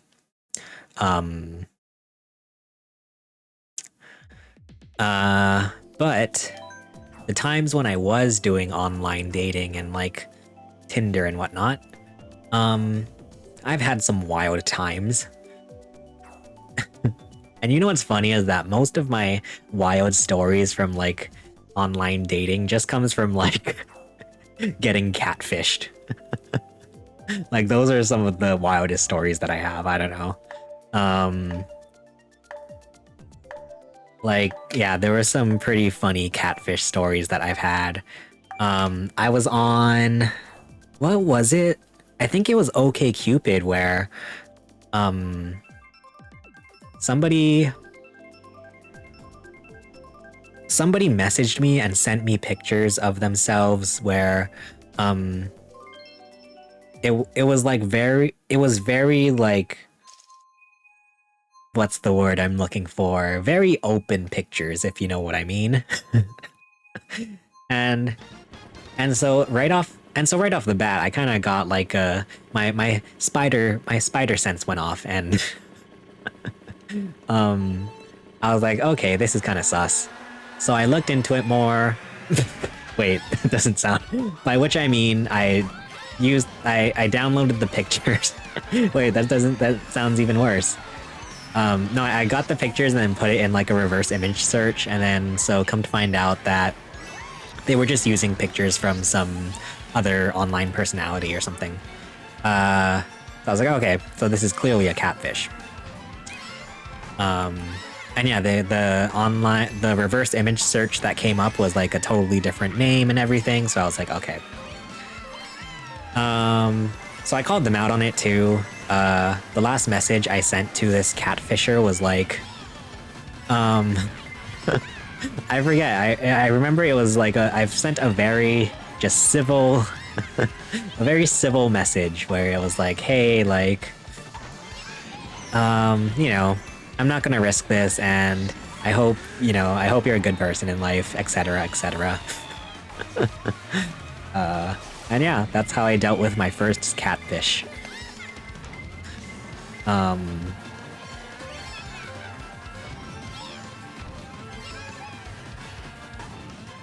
Also, wait, sorry, is my gameplay cutting out? Or am I crazy? Might be crazy. I don't know, I feel like I've had very boring... I mean, sorry, wait, let me rephrase that. Not that the people were boring, but, you know, I've had matches on Tinder that basically always never go anywhere. God. I realize how cringe it is now. At the time, I didn't realize it, but...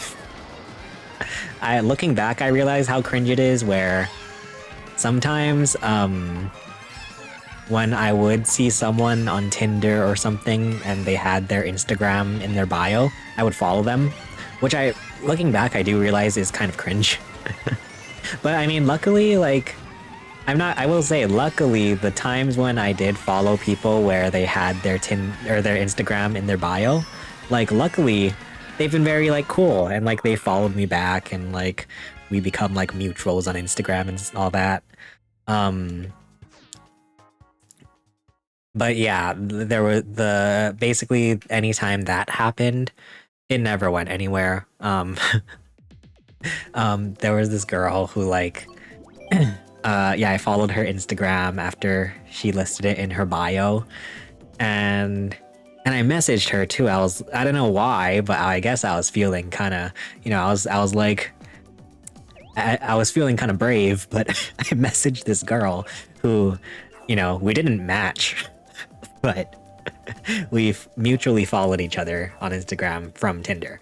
And I basically asked her if she wanted to, like, hang out or something, and, like, she was very cool about it. She was like, oh, you know, you seem very nice, but I don't feel comfortable, like, meeting up with someone who I don't know personally or something like that. And I was like, that's fair. Like, totally fair. And I left it at that. So that was a very, like, mature, solid interaction that I had from, you know, the dating sites.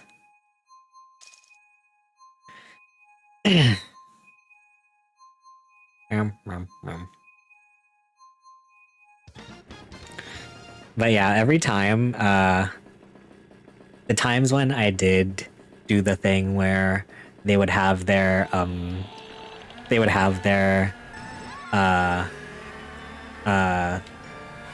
Instagram listed in their Tinder bio, like, I would message them first and be like, hey, this is kind of awkward, but I saw your Instagram through Tinder. And luckily, so far, everyone has been very nice about it. I mean, I don't think I would do it anymore, but, yeah. I was very, social interaction starved for a while.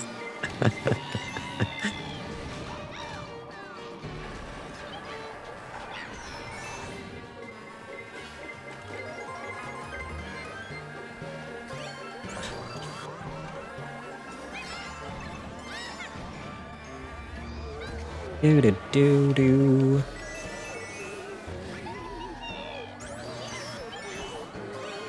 But yeah, I was also thinking about too, like about how we were talking about earlier, like time feeling like it moves too quickly, but then there's also times where it feels like time is moving too slowly.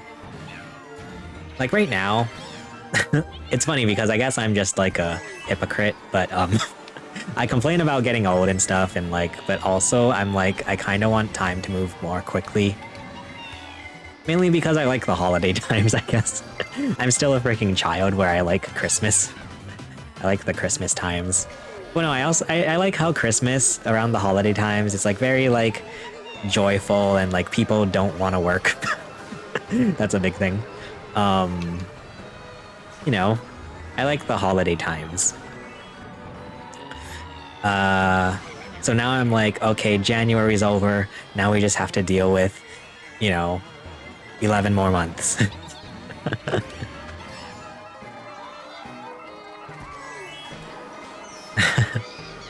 Yeah, I complain about life moving too quickly, but then also I kind of want life to move more quickly. Do do do do. Oh.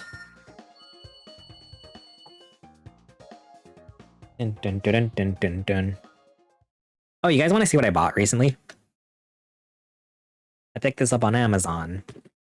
Ta-da! It's the Lego Piranha Plant. I'm surprised because some of the recent Lego Mario stuff, it's actually been like reasonably priced in my opinion. I feel like this Piranha Plant was $60, I think. And I feel like that's like decently priced. And then there was also the Bowser car. Did I? Oh yeah, I posted that on the Discord, but I bought the Lego Bowser car and it was like $30, which I feel like isn't terrible for Lego. Now I forgot how expensive some Legos can be. I don't know. I feel like it was reasonably priced, but I don't know. It felt January was only a week long. January, I felt, yeah, it did go by quite quickly. Yeah.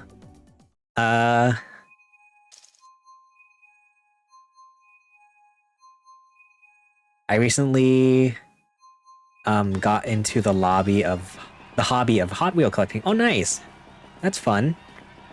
You know, who does Hot Wheel videos?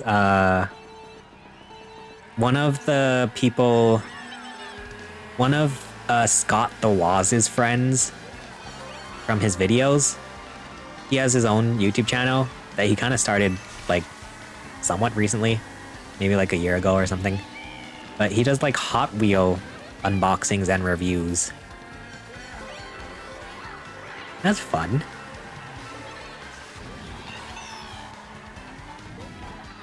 Do you have like a favorite Hot Wheel? Is there like a certain... I don't know anything about cars, but you know, I like Hot Wheels. It's pretty inexpensive. TBH, Hot Wheels cost less than $3 unless it's like the licensed collabs like Mario or Disney stuff. Oh, gotcha. That's fun. Yeah, I'm interested to know, like, what's like your personal goal with collecting Hot Wheels? Do you have like a certain like,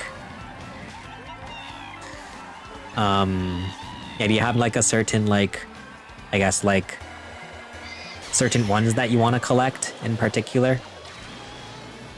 I always think that's interesting. Whenever people take up the hobby of like collecting stuff, like I'm interested to know like how people collect stuff. Like what are like the interests when it comes to collecting?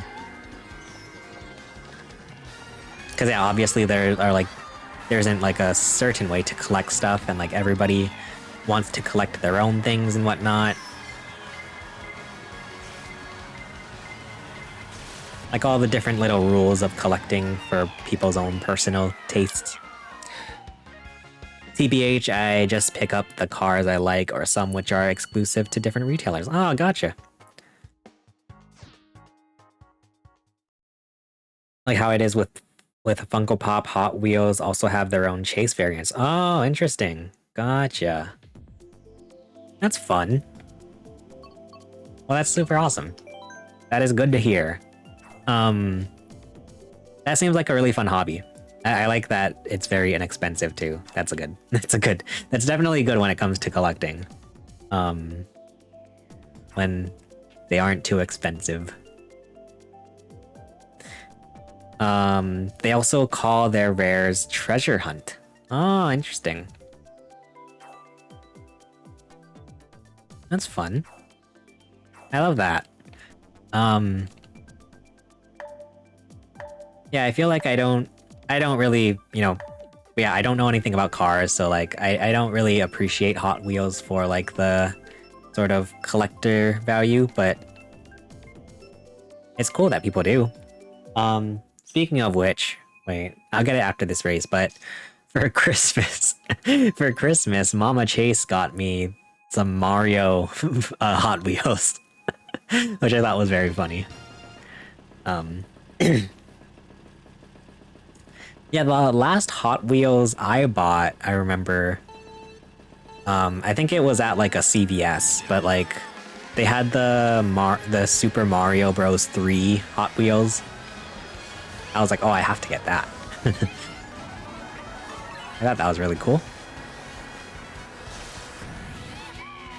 Really wanted to get the Lightning McQueen set and Mario Hot Wheels, but in New York City, people really like to scalp and real sell. Oh wow, that's a bummer. Ow. Oh man. I hate that. When people just like ruin the hobby.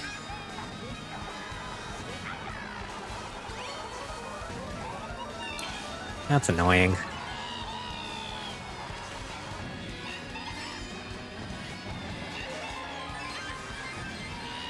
Oh god.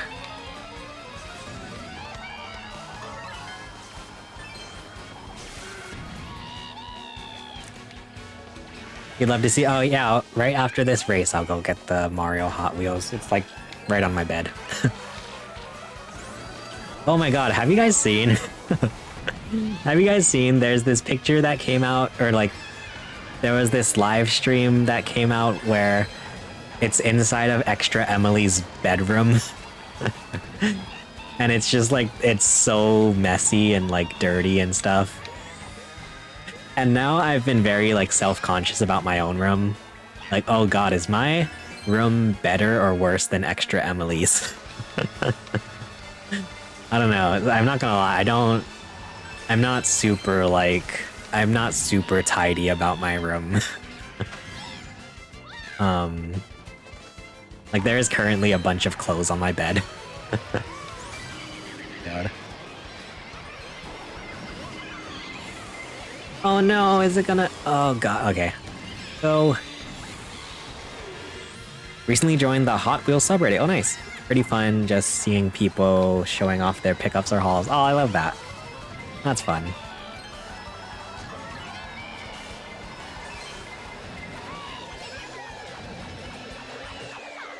Oh, let me go... Yeah, I'll go get the Hot Wheels real quick.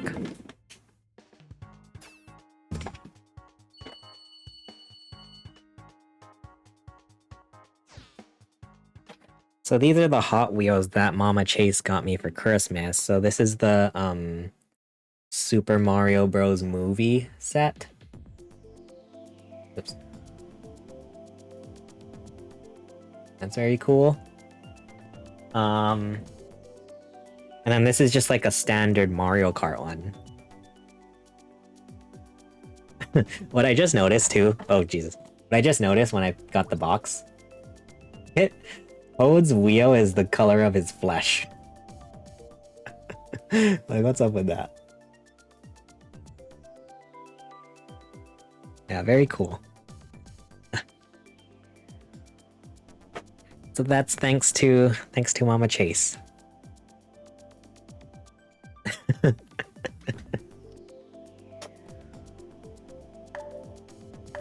Yeah. Yeah, I think Hot Wheels can be too. Hot Wheels can be cool too because at least they don't. It doesn't take up too much space. Like, yeah, and like I love when from what I've seen of people who have like Hot Wheels garages to display their cars. I think that's fun. That seems really fun.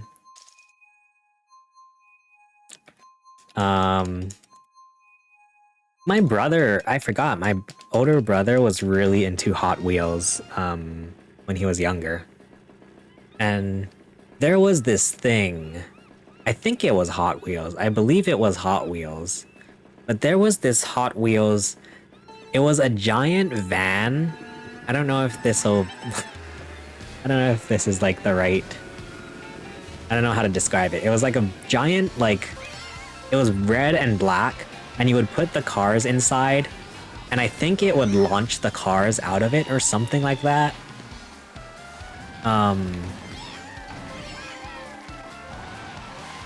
It's funny too because actually I have the video where he got that for Christmas or for his birthday, I think.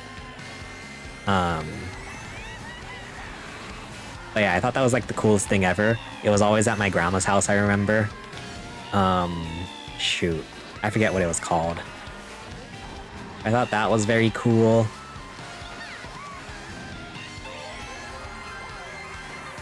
But yeah, like, speaking of collecting stuff too,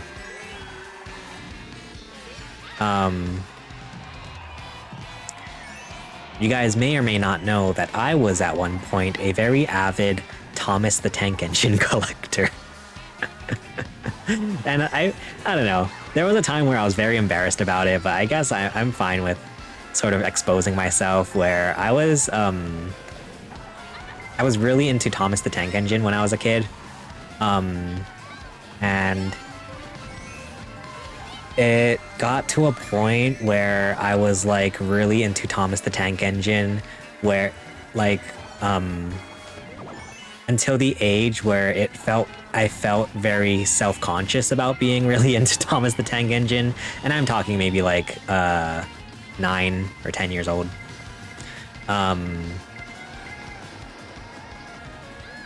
Like, and so and so obviously when I was a kid, you know, when I was a kid and I was making YouTube videos, so it only made sense that I started a YouTube channel about my Thomas the Tank Engine obsession. So I had a Thomas the Tank Engine YouTube channel that I actually think, I can't remember exactly the numbers, but I think it was actually like pretty like successful. Definitely for what I was used to, it was successful. Like I had a pretty successful Thomas the Tank Engine YouTube channel. Do you still have your collection? Oh, funny story. So, oh shoot, it's right off camera here. Let me get, it's kind of sad too, but I've actually been selling my collection, not my whole collection, but my collection of Thomas the Tank Engine. This is just one of the bins. There are 2, 4, 5, 6. We have, oh wait, 6, maybe like 9 of these bins. There's like 9 of these bins. So this is the 2006 to 2009. And it's just full of like all these trains. Oops. I really like the wooden. It was called the Thomas the Tank Engine Wooden Railway. Hey, what's up? Hello. Just dropping in saying hi. Oh, thank you for saying hi. I appreciate that. Hope you're doing well. Thanks so much for stopping by. Good to see ya. Good to see ya. I just saw Iman's Twitter too. Where is she going if she's leaving Twitch? I know. That's the big question. I'm guessing YouTube. Like, I feel like it only makes sense that Pokimane is going to YouTube. But yeah. I know. So sad. Very sad. Oh wait, my childhood friend used to have those. Really? That's funny. He used to make these tracks that went around his... Oh my god, same. Same. Oh Jesus.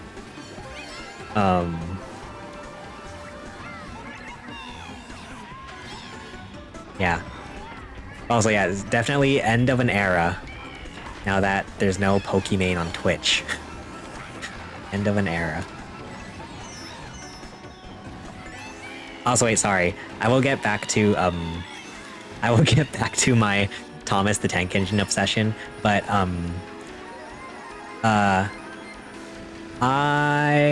did you guys know that Pokimane's name is actually, it's meant to be pronounced Pokimane because her name is Iman, and so like it's like a kind of like a pun, Pokimane. And she has a whole video on her YouTube channel explaining this.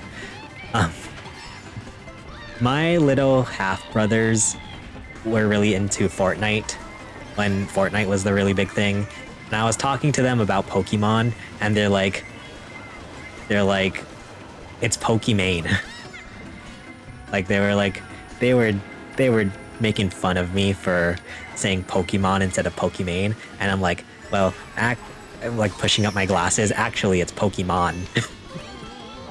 And like, mind you, like I'm, at the time I'm like 19 years old, and these are like 9 or 10-year-old kids, my little half brothers.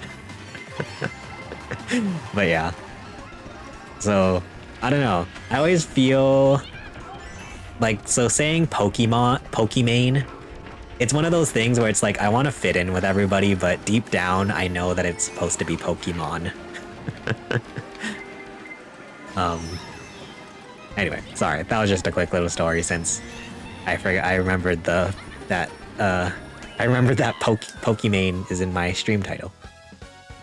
Anyway, yeah, sorry. So the Thomas the Tank Engine, when I was a kid, obsessed with. Yeah, I was like starting to get too old. Well, at least, I felt like I didn't want to get made fun of in school because I was like obsessed with Thomas the Tank Engine. And like I had a whole YouTube channel that was like quite successful. Alright, take care. Alright, thanks so much for stopping by. I appreciate it. Thank you. Hope you take care as well. And like, oh, you know what's so funny too about the Thomas the Tank Engine YouTube channel? If you go onto YouTube now, I believe it should I mean, not the YouTube channel, God, please, I hope all of my Thomas the Tank Engine videos are gone from YouTube, but if you go onto YouTube now, if you look up TrainFan202, there are some video responses from people, and like it was actually kind of like, it was cute now that I look back on it, because when I was making like Thomas the Tank Engine videos, the Thomas the Tank Engine like quote unquote YouTube community is actually like very cute, because what people would do when you would make Thomas, I can't believe I'm talking about this in 2024, but what people would do is like they would make like Thomas the Tank Engine like series or whatever, like little like episodes, and you would make a call out to people asking for auditions for like who would voice different characters. So like imagine like 8 or 9-year-old Chase like making like a video and being like, hey guys, like if you guys want to audition for this character, please make a video response. So like, yeah, if you go onto YouTube now and look up like TrainFan202, there will be like some videos where it's like audition for TrainFan202. Like, it's so funny. It's like so cute too. So yeah, like people would audition to like be in my little Thomas the Tank Engine YouTube videos or whatever. Oh my god. But yeah, so I would like buy all these like Thomas the Tank and like, and yeah, going back to how great moms are, like bless my mom, she would always buy me like whatever freaking toys I wanted. Like I was kind of spoiled. I mean, not kind of, I was very spoiled as a kid. And I guess now. But anyway, yeah, so like when I was a kid, like bless my mom, she would like buy whatever like Thomas the Tank Engine toys that I wanted. So like when I got really in, sorry, so all this is leading up to me saying when I got really into like collecting Thomas the Tank Engine toys, like when I would like research like the old Thomas the Tank Engine toys that were before I was born type of stuff. Like yeah, it would be like it would be like, yeah, like, you know, there's like and this is like a 1992 freaking Thomas the Tank Engine with flat magnets and staples on the bottom. Like that kind of collecting, like I got really into it.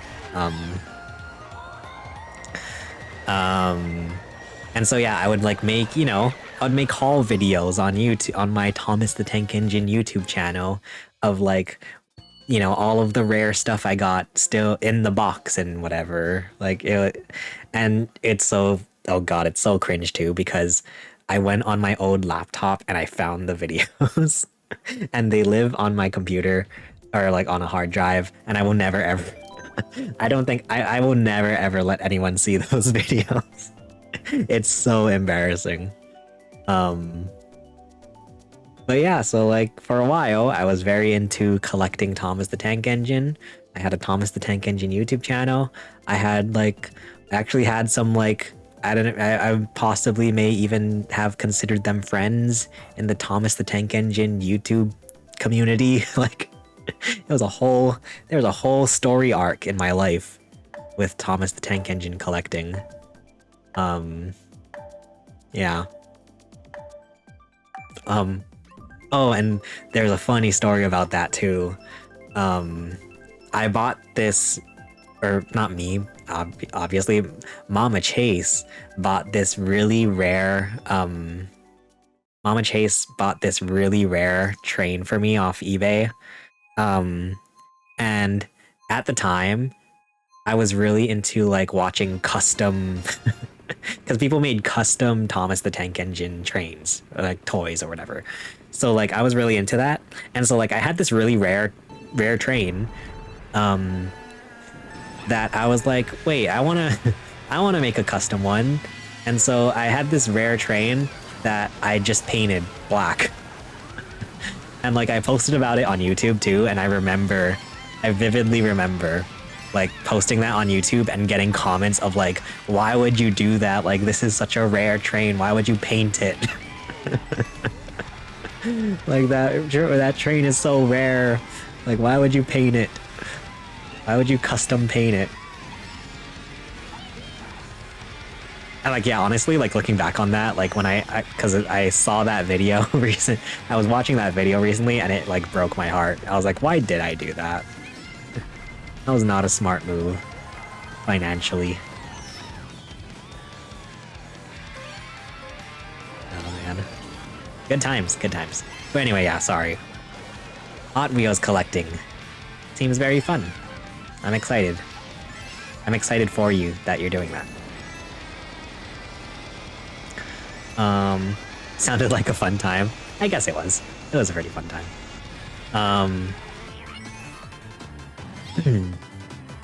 Yeah. So when I was babysitting my niece for a while there, I was like super excited to like I would go to my brother's house and bring my Thomas the Tank Engine toys and like build a whole thing for my little niece. I should show you guys the picture. I'm not gonna lie, I think I still got it. Like I'm pretty good at making Thomas the Tank Engine layouts, as they were called.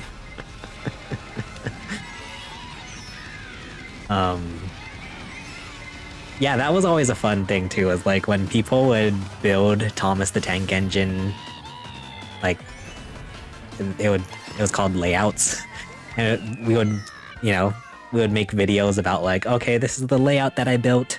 Look at this part and look how this track goes like this. Oh my god.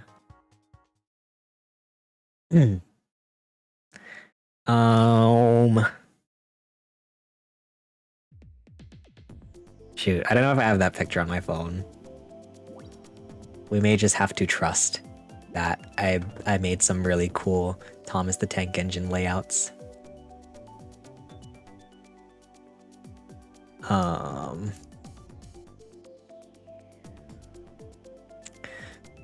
Apparently Hot Wheels did one collab with oh, really? Let me see. Oh my god, that's cursed. What the hell? Oh no. Oh Jesus. Oh wow. Didn't know that. Oh god. Oh, so yeah, here. So this is the little layout that I built for my niece. I think it's pretty cool. I was like, wow, I still got it. This old dog still got it.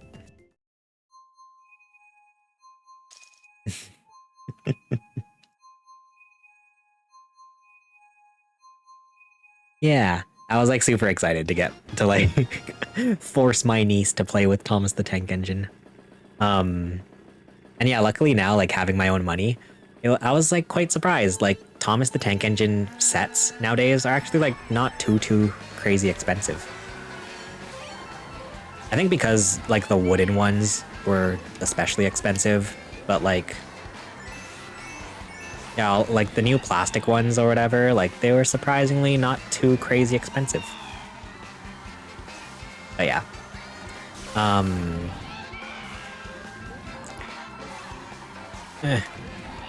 Oh Jesus. Yeah, I'm excited for you at the idea of collecting Hot Wheels.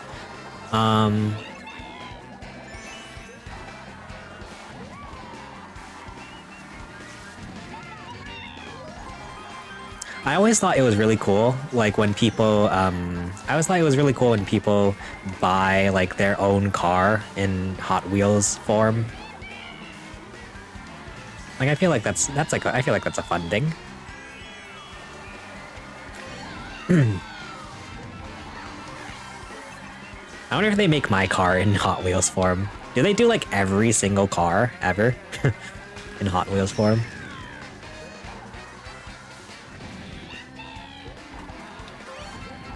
Reminds me of like how malls during holidays have miniature train displays going around the town. Yeah. Oh man, that was my... I always wanted a Thomas the Tank Engine Christmas tree train or something. Like they had like these sets that were specially made to go around a Christmas tree. I always wanted that.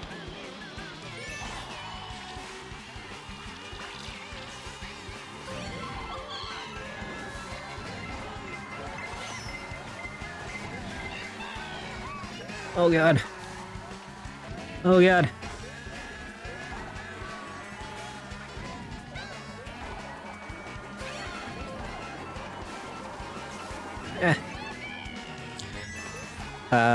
Don't think it's all cars. I think they do a community vote or something. Oh, to see what cars they should produce next. Oh, I see. Interesting.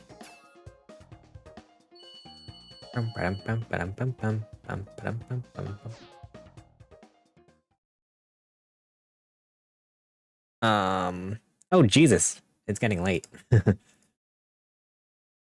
Oh man. Yeah, that Thomas the Tank Engine Hot Wheels is cursed.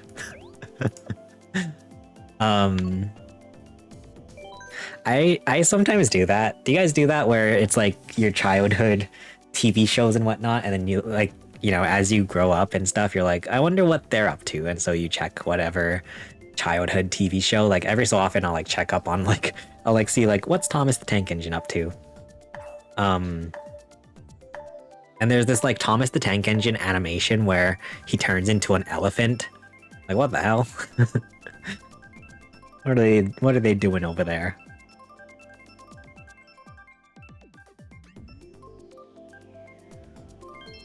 Yeah. It's so weird. I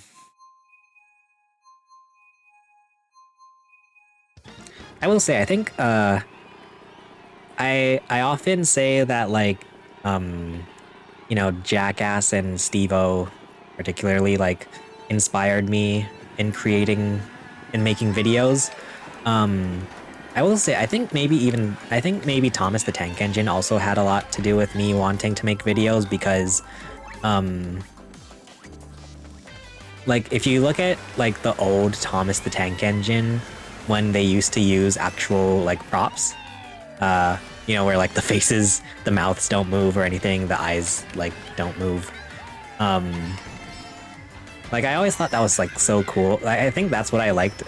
Because I remember with Thomas the Tank Engine, like, my favorite thing about Thomas the Tank Engine was, like, the crashes and, like, all the explosions and whatever. And, like, so I think that might have also had something to do with me wanting to make videos, because I always thought that was, like, really cool. Like, how did they do that with, like, these props? So, like, once they... Like, there was a point where... And then Thomas the Tank Engine changed from real-life prop to, like, physical props to animation. And so I thought that was kind of lame. Used to watch that on PBS when I came home from elementary school, or sometimes in the morning. Nice.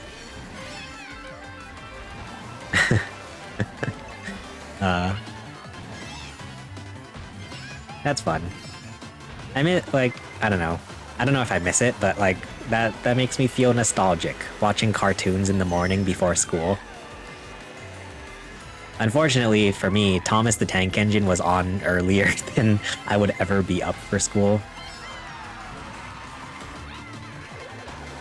And also, that was another thing too. I hate mornings. I hated mornings even when I was in school. So like I would always like be so late to wake. I would try to sleep in as much as possible before school. Like I would like, you know, be until like the last minute of sleeping. Which really became a problem when I got older. Or like when I was in like senior year of high school, and I would like oftentimes be late. But yeah, yeah. That was a very, like, you know, innocent, nostalgic time of, like, waking up in the morning, and, like, we used to have this small little TV, like, really, really tiny, like, you know, freaking, it must have been, like, gosh, maybe, like, 10 inches or something, like, this, like, really just tiny little TV that we would leave on the side of our bed, And so, like, yeah, every morning we would turn on the TV, like, watch whatever. What were some of your favorite childhood shows growing up? Well, yeah, like, the ones that I remember before school, or, like, specifically in the morning, I remember watching, well, just because it happened to be on right before school, but, like, what was it called? The Baby Looney Tunes or whatever, where it's, like, the Looney Tunes in diapers. That used to always be on. There used to be this stop motion. I always find the name of it, but I forget what it's called every time. It's like stop motion junkyard show. Stop motion like trash like robot thing. I forget what it was called, but I remember that. Also, what were your guys' favorite childhood shows? I feel like this might also age some people. But if we're talking like not morning cartoons, I guess, like just like shows in general. Let me think. Like immediately the one that comes to mind is like I really liked Ed, Edd and Eddy. That was one of my favorites. Foster's Home for Imaginary Friends, one of my faves. Ooh, is it like controversial or like cringe to say Drake and Josh with what Drake Bell has been up to? But I did really enjoy Drake and Josh.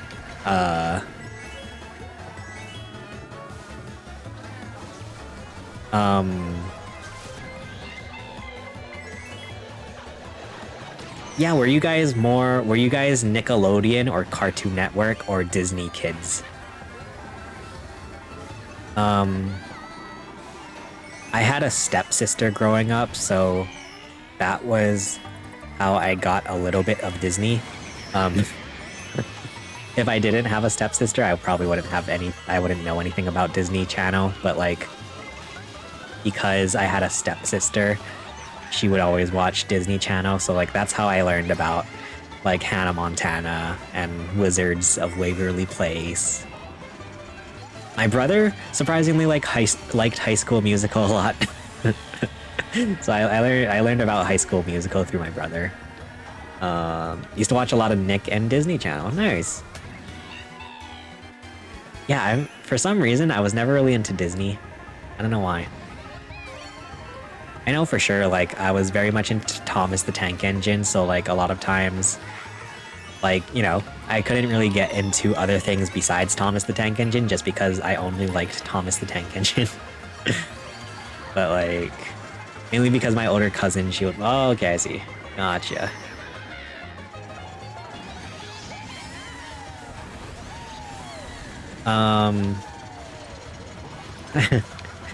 Oh, you know what I also realized too? I would also learn about, or like, I would also like sort of experience Disney Channel because when I went to the dentist, they would have this room with like a big TV in it where all the kids like wait and they would just put on the Disney Channel. Like, that's how I learned about Disney Channel, from being at the dentist too. But yeah, like, I feel like there was a certain era of like Cartoon Network where like I grouped them all together because the shows felt so similar. Like I would group together Cartoon Network shows like Ed, Edd and Eddy, Dexter's Lab, Johnny Bravo. Like, you can kind of tell that all of those shows were made in the same era. Like, I don't know, they all feel very similar. Used to watch a lot of Drake and Josh, iCarly, Ned's Declassified, Zoe 101, Fairly Odd Parents. Nice. I love that.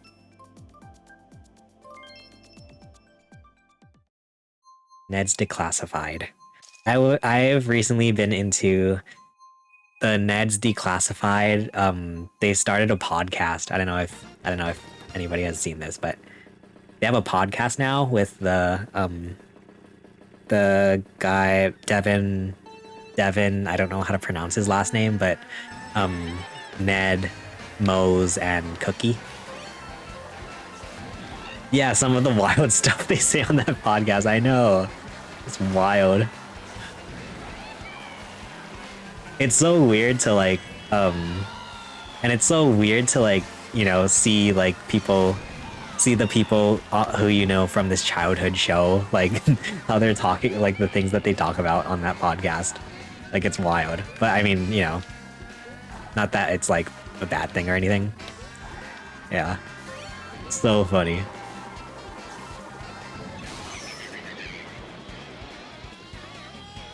Wait, the actor Devin and his show love interest are having a kid?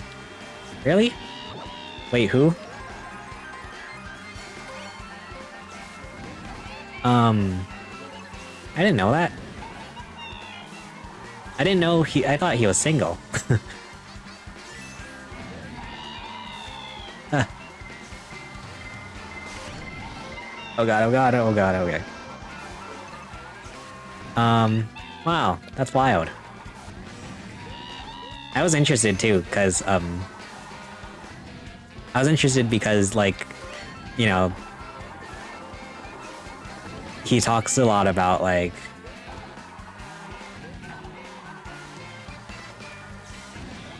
her name was Mose in the show. Wait, no.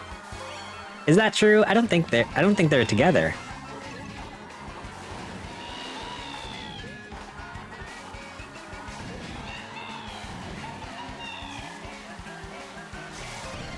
Wait, really? Whoa, whoa, whoa. So, Devin Worcestershire, and Lindsay Shaw are having a child? He made a post earlier on Instagram. What? Was this recent? Did I miss this? What? Wait, now I have to check. What?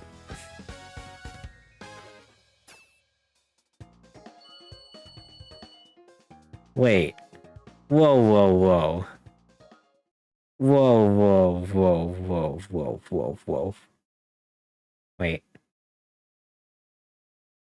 Ah.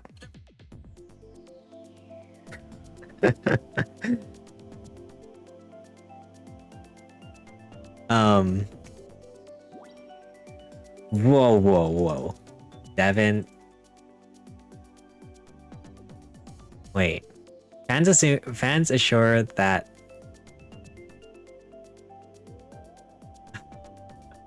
Wait.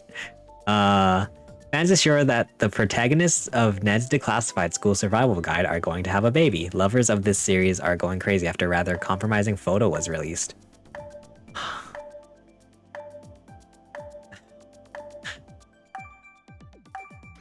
Huh. How did we know? Lindsay Shaw showed the other side of the coin. On her social network, she shared behind-the-scenes footage where you can see how they recorded the announcement of this new member of her life. As if that were not enough, they obviously will not be parents because they are just perfect friends since they start. Ah. Wait.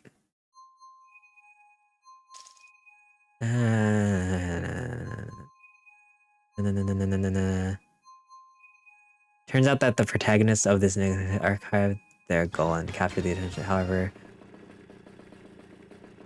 I'm so confused. Oh wow, I didn't like see that. What the hell? Huh.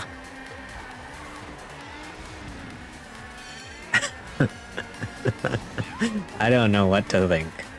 I don't know what to think. Wait, oh wow. I don't know what to think. I had the biggest, I mean, maybe not the biggest, looking back. I don't know. I did have a childhood crush on, Mose when I was a kid. Ah, damn it.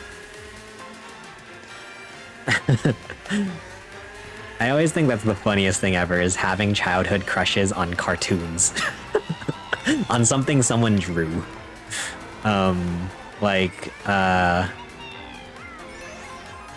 God, it's so cringy to like talk about. Like I had cartoons infiltrate my dreams. Like I had I'll never forget too, because it was the damn it. There was this show called Johnny Test.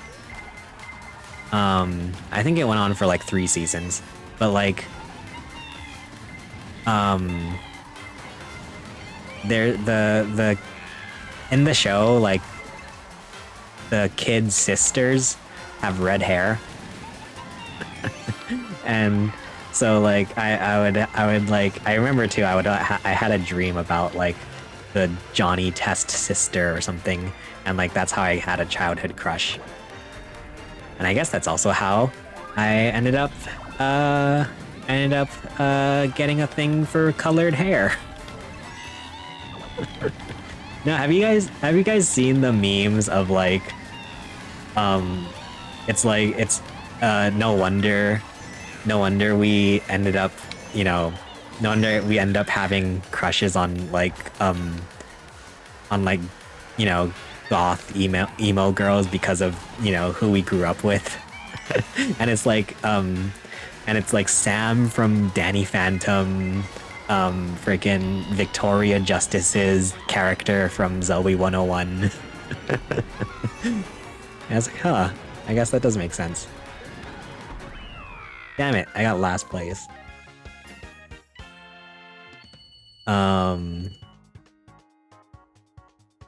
Yeah, that's another one too. I really I had a crush on Sam from Danny Phantom. Which I guess, yeah, is how I ended up getting a liking to like punk rock girls. Oh my goodness. Oh, jeez. Do do do do do. Sorry, totally off topic. Totally random subject that has nothing to do with what we've been talking about. Just because I was on Instagram, I remembered, guys, one of the new Nintendo YouTubers who I found out about recently, her name is Josie Woe. She makes a bunch of like podcast appearances, I found out, on like big Nintendo podcasts. I think she's collaborated with like Game Explain, and I know she does a lot of collabs with like Spawnwave and RGT. She commented on my video, which was so nice. It's like the biggest like compliment to me when like people say like things like, oh, you know, like, I can't wait for your channel to pop off or something, or like, yeah, like, so that makes me, that's so nice. I think it's really nice because it gives me the hope that I don't have. Like when other people have, or like when other people see potential in me, it makes me feel better about myself and like gives me more hope about myself, which I think is very nice. So that was really cool, and she's like a very like, I feel like established Nintendo YouTuber. I thought that was so kind. Like that continues to be like one of my like biggest like what the heck moments, is when like big YouTubers and stuff will actually like notice my work. Like that's so nice. Like I mean, just the fact that, you know, Kit and Krista follow me on Twitter and stuff, like that's so nice. Like that's wild. I never ever would have thought that would happen in my wildest dreams. Oh god.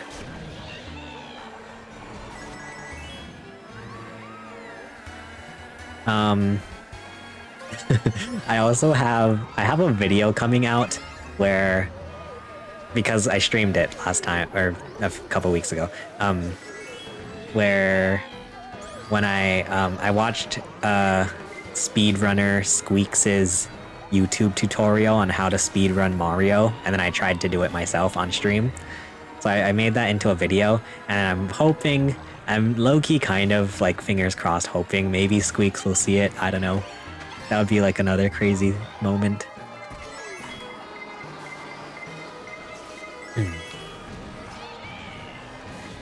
Ow! No, right at the end. Oh, Jesus. I'm just throwing. Yeah.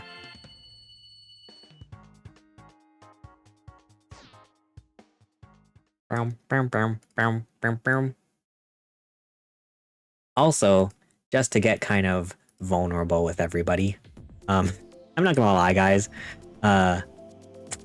Sometimes making videos really hurts me. I mean, well, so, okay, let me explain.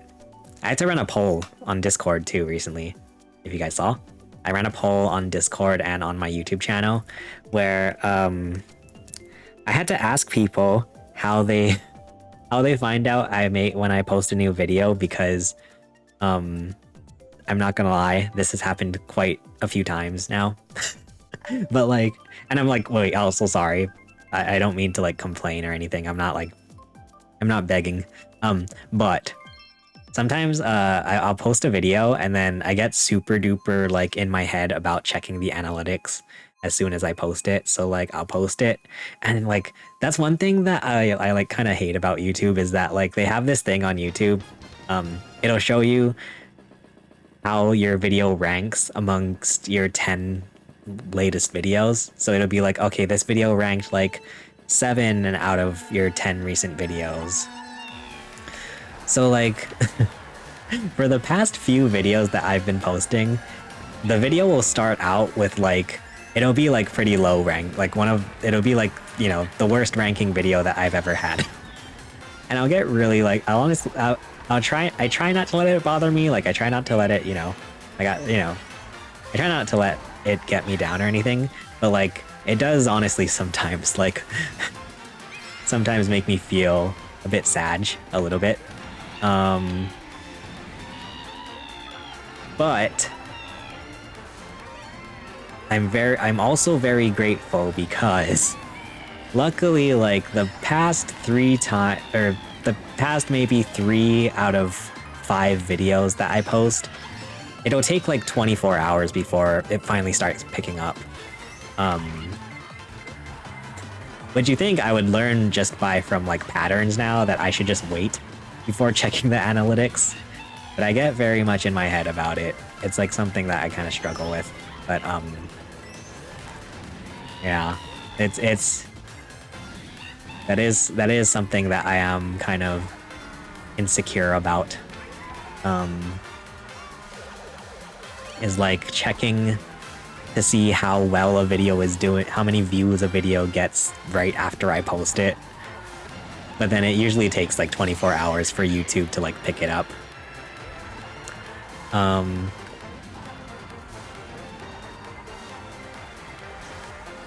So you'd think I would be better by now. But yeah, that's honestly one of my insecurities about posting videos online.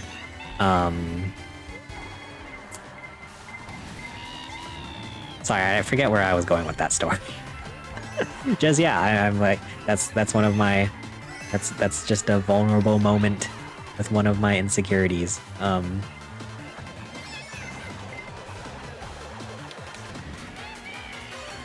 would like to I don't know. I hope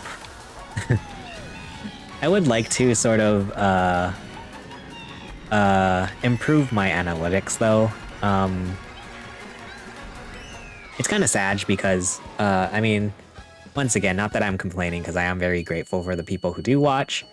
But according to my analytics, 0.9% of my views come from subscribers, which is like, you know, it's a little bit sad, but I am very grateful for the people who do watch. I would like to try to get that number up though. It's also the tough thing where I've been making videos for so long that I feel like maybe some people like no longer use their YouTube channels anyway. Like maybe a lot of my subscribers are just not alive channels. I don't know. But yeah. That's where we are.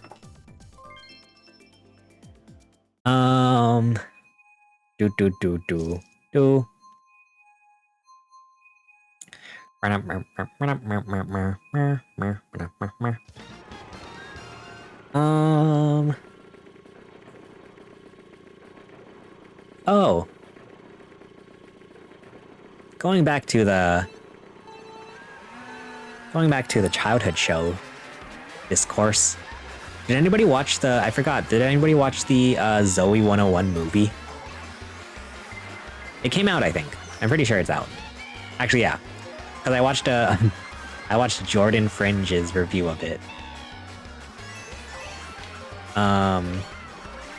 Your sister watched it the other day?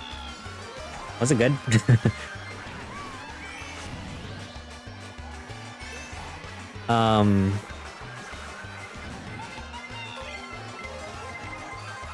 I have not. It looked fun. I also have not seen didn't really watch it. Gotcha. I also have not even watched the iCarly reboot. I saw it didn't get picked up for another season. I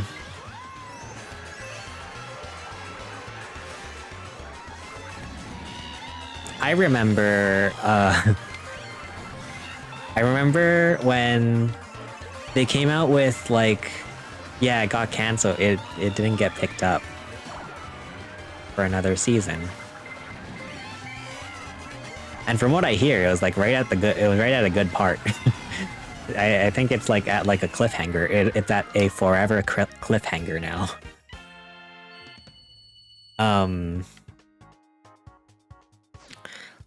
I also remember. I remember when the Drake and Josh Christmas movie came out, because I think it was like a few years after.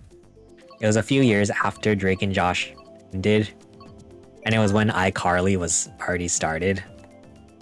And I remember how excited I was when I was a kid, and I would like watch that movie. I watched that movie. Bro, I ain't gonna lie, I really liked that movie along with the Hollywood movie, right? Right? I recently, I bought the, or did I rent? I might have rented it. I think I rented, I either bought or rented it, but, yeah, I recently, rewatched the Christmas movie too. It's so cheesy now when you look back at it, but like, yeah, I think it's like, I don't know. There's like charm to it, I think. Yeah, but definitely like as a kid when that movie came out, and I was like, oh my god, Josh is skinny, freaking Megan looks like Carly from iCarly, because she is. You know, all that stuff. I thought it was so cool. Man.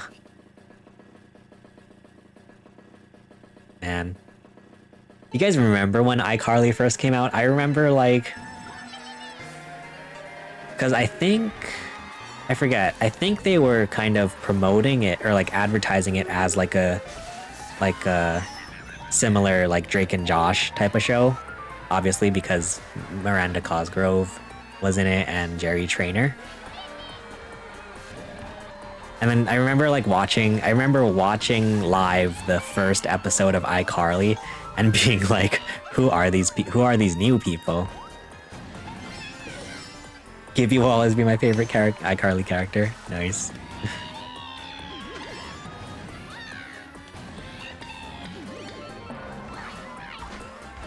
Didn't Gibby, the actor, grow up to be like a super duper Giga Chad? Like he's like super duper. He looks super duper different, right?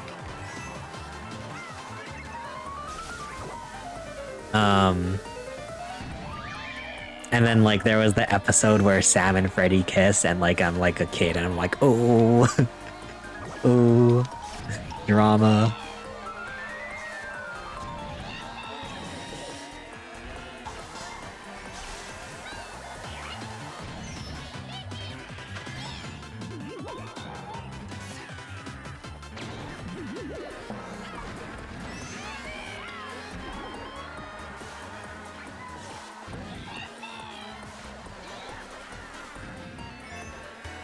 Oh god, oh god, oh god.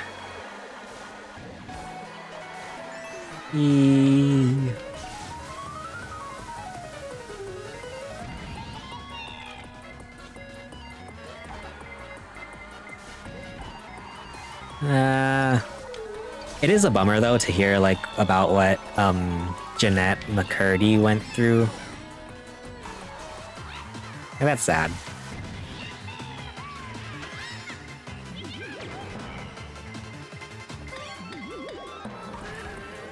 It's so sad that like I feel like there are either very good stories that come out about like childhood or child actors and whatnot, and like there's really bad stories that come out about child actors.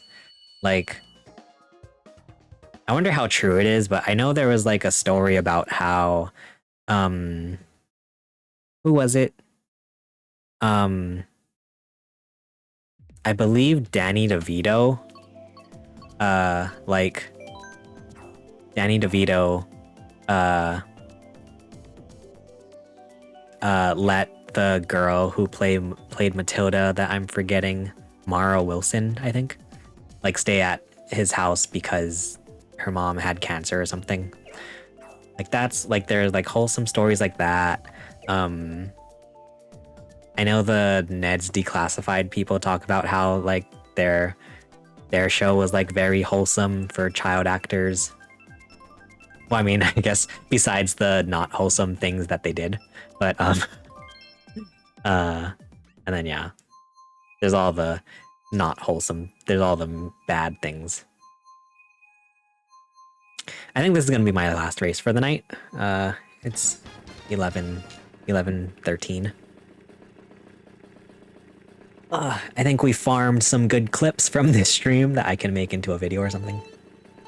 Yeah, Dan Schneider exposed to be a creep. Man.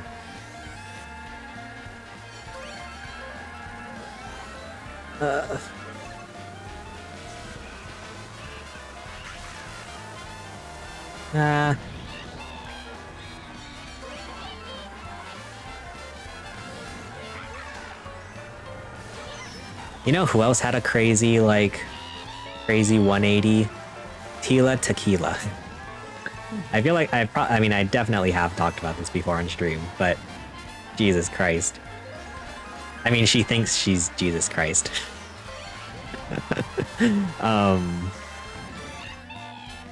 Yeah. That's like that's a wild 180.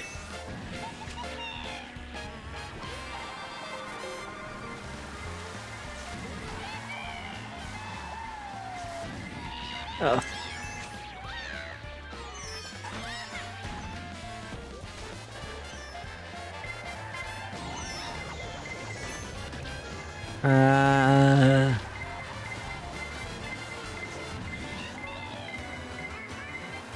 Ow, no, that hurts.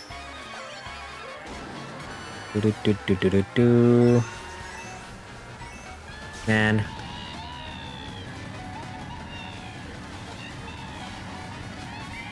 This person has a lightning.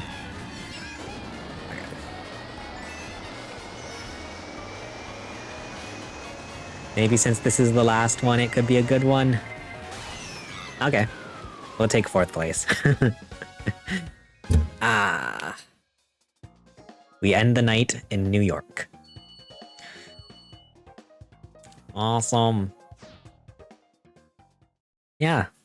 I always, you know, I'm not gonna lie, I sometimes feel too just like tired and unmotivated to do streams. I always come out of it feeling like, hey, at least I talked about my feelings and whatnot. I talked about my life. Well, that's good. Okay. That's enough Mario Kart for one night.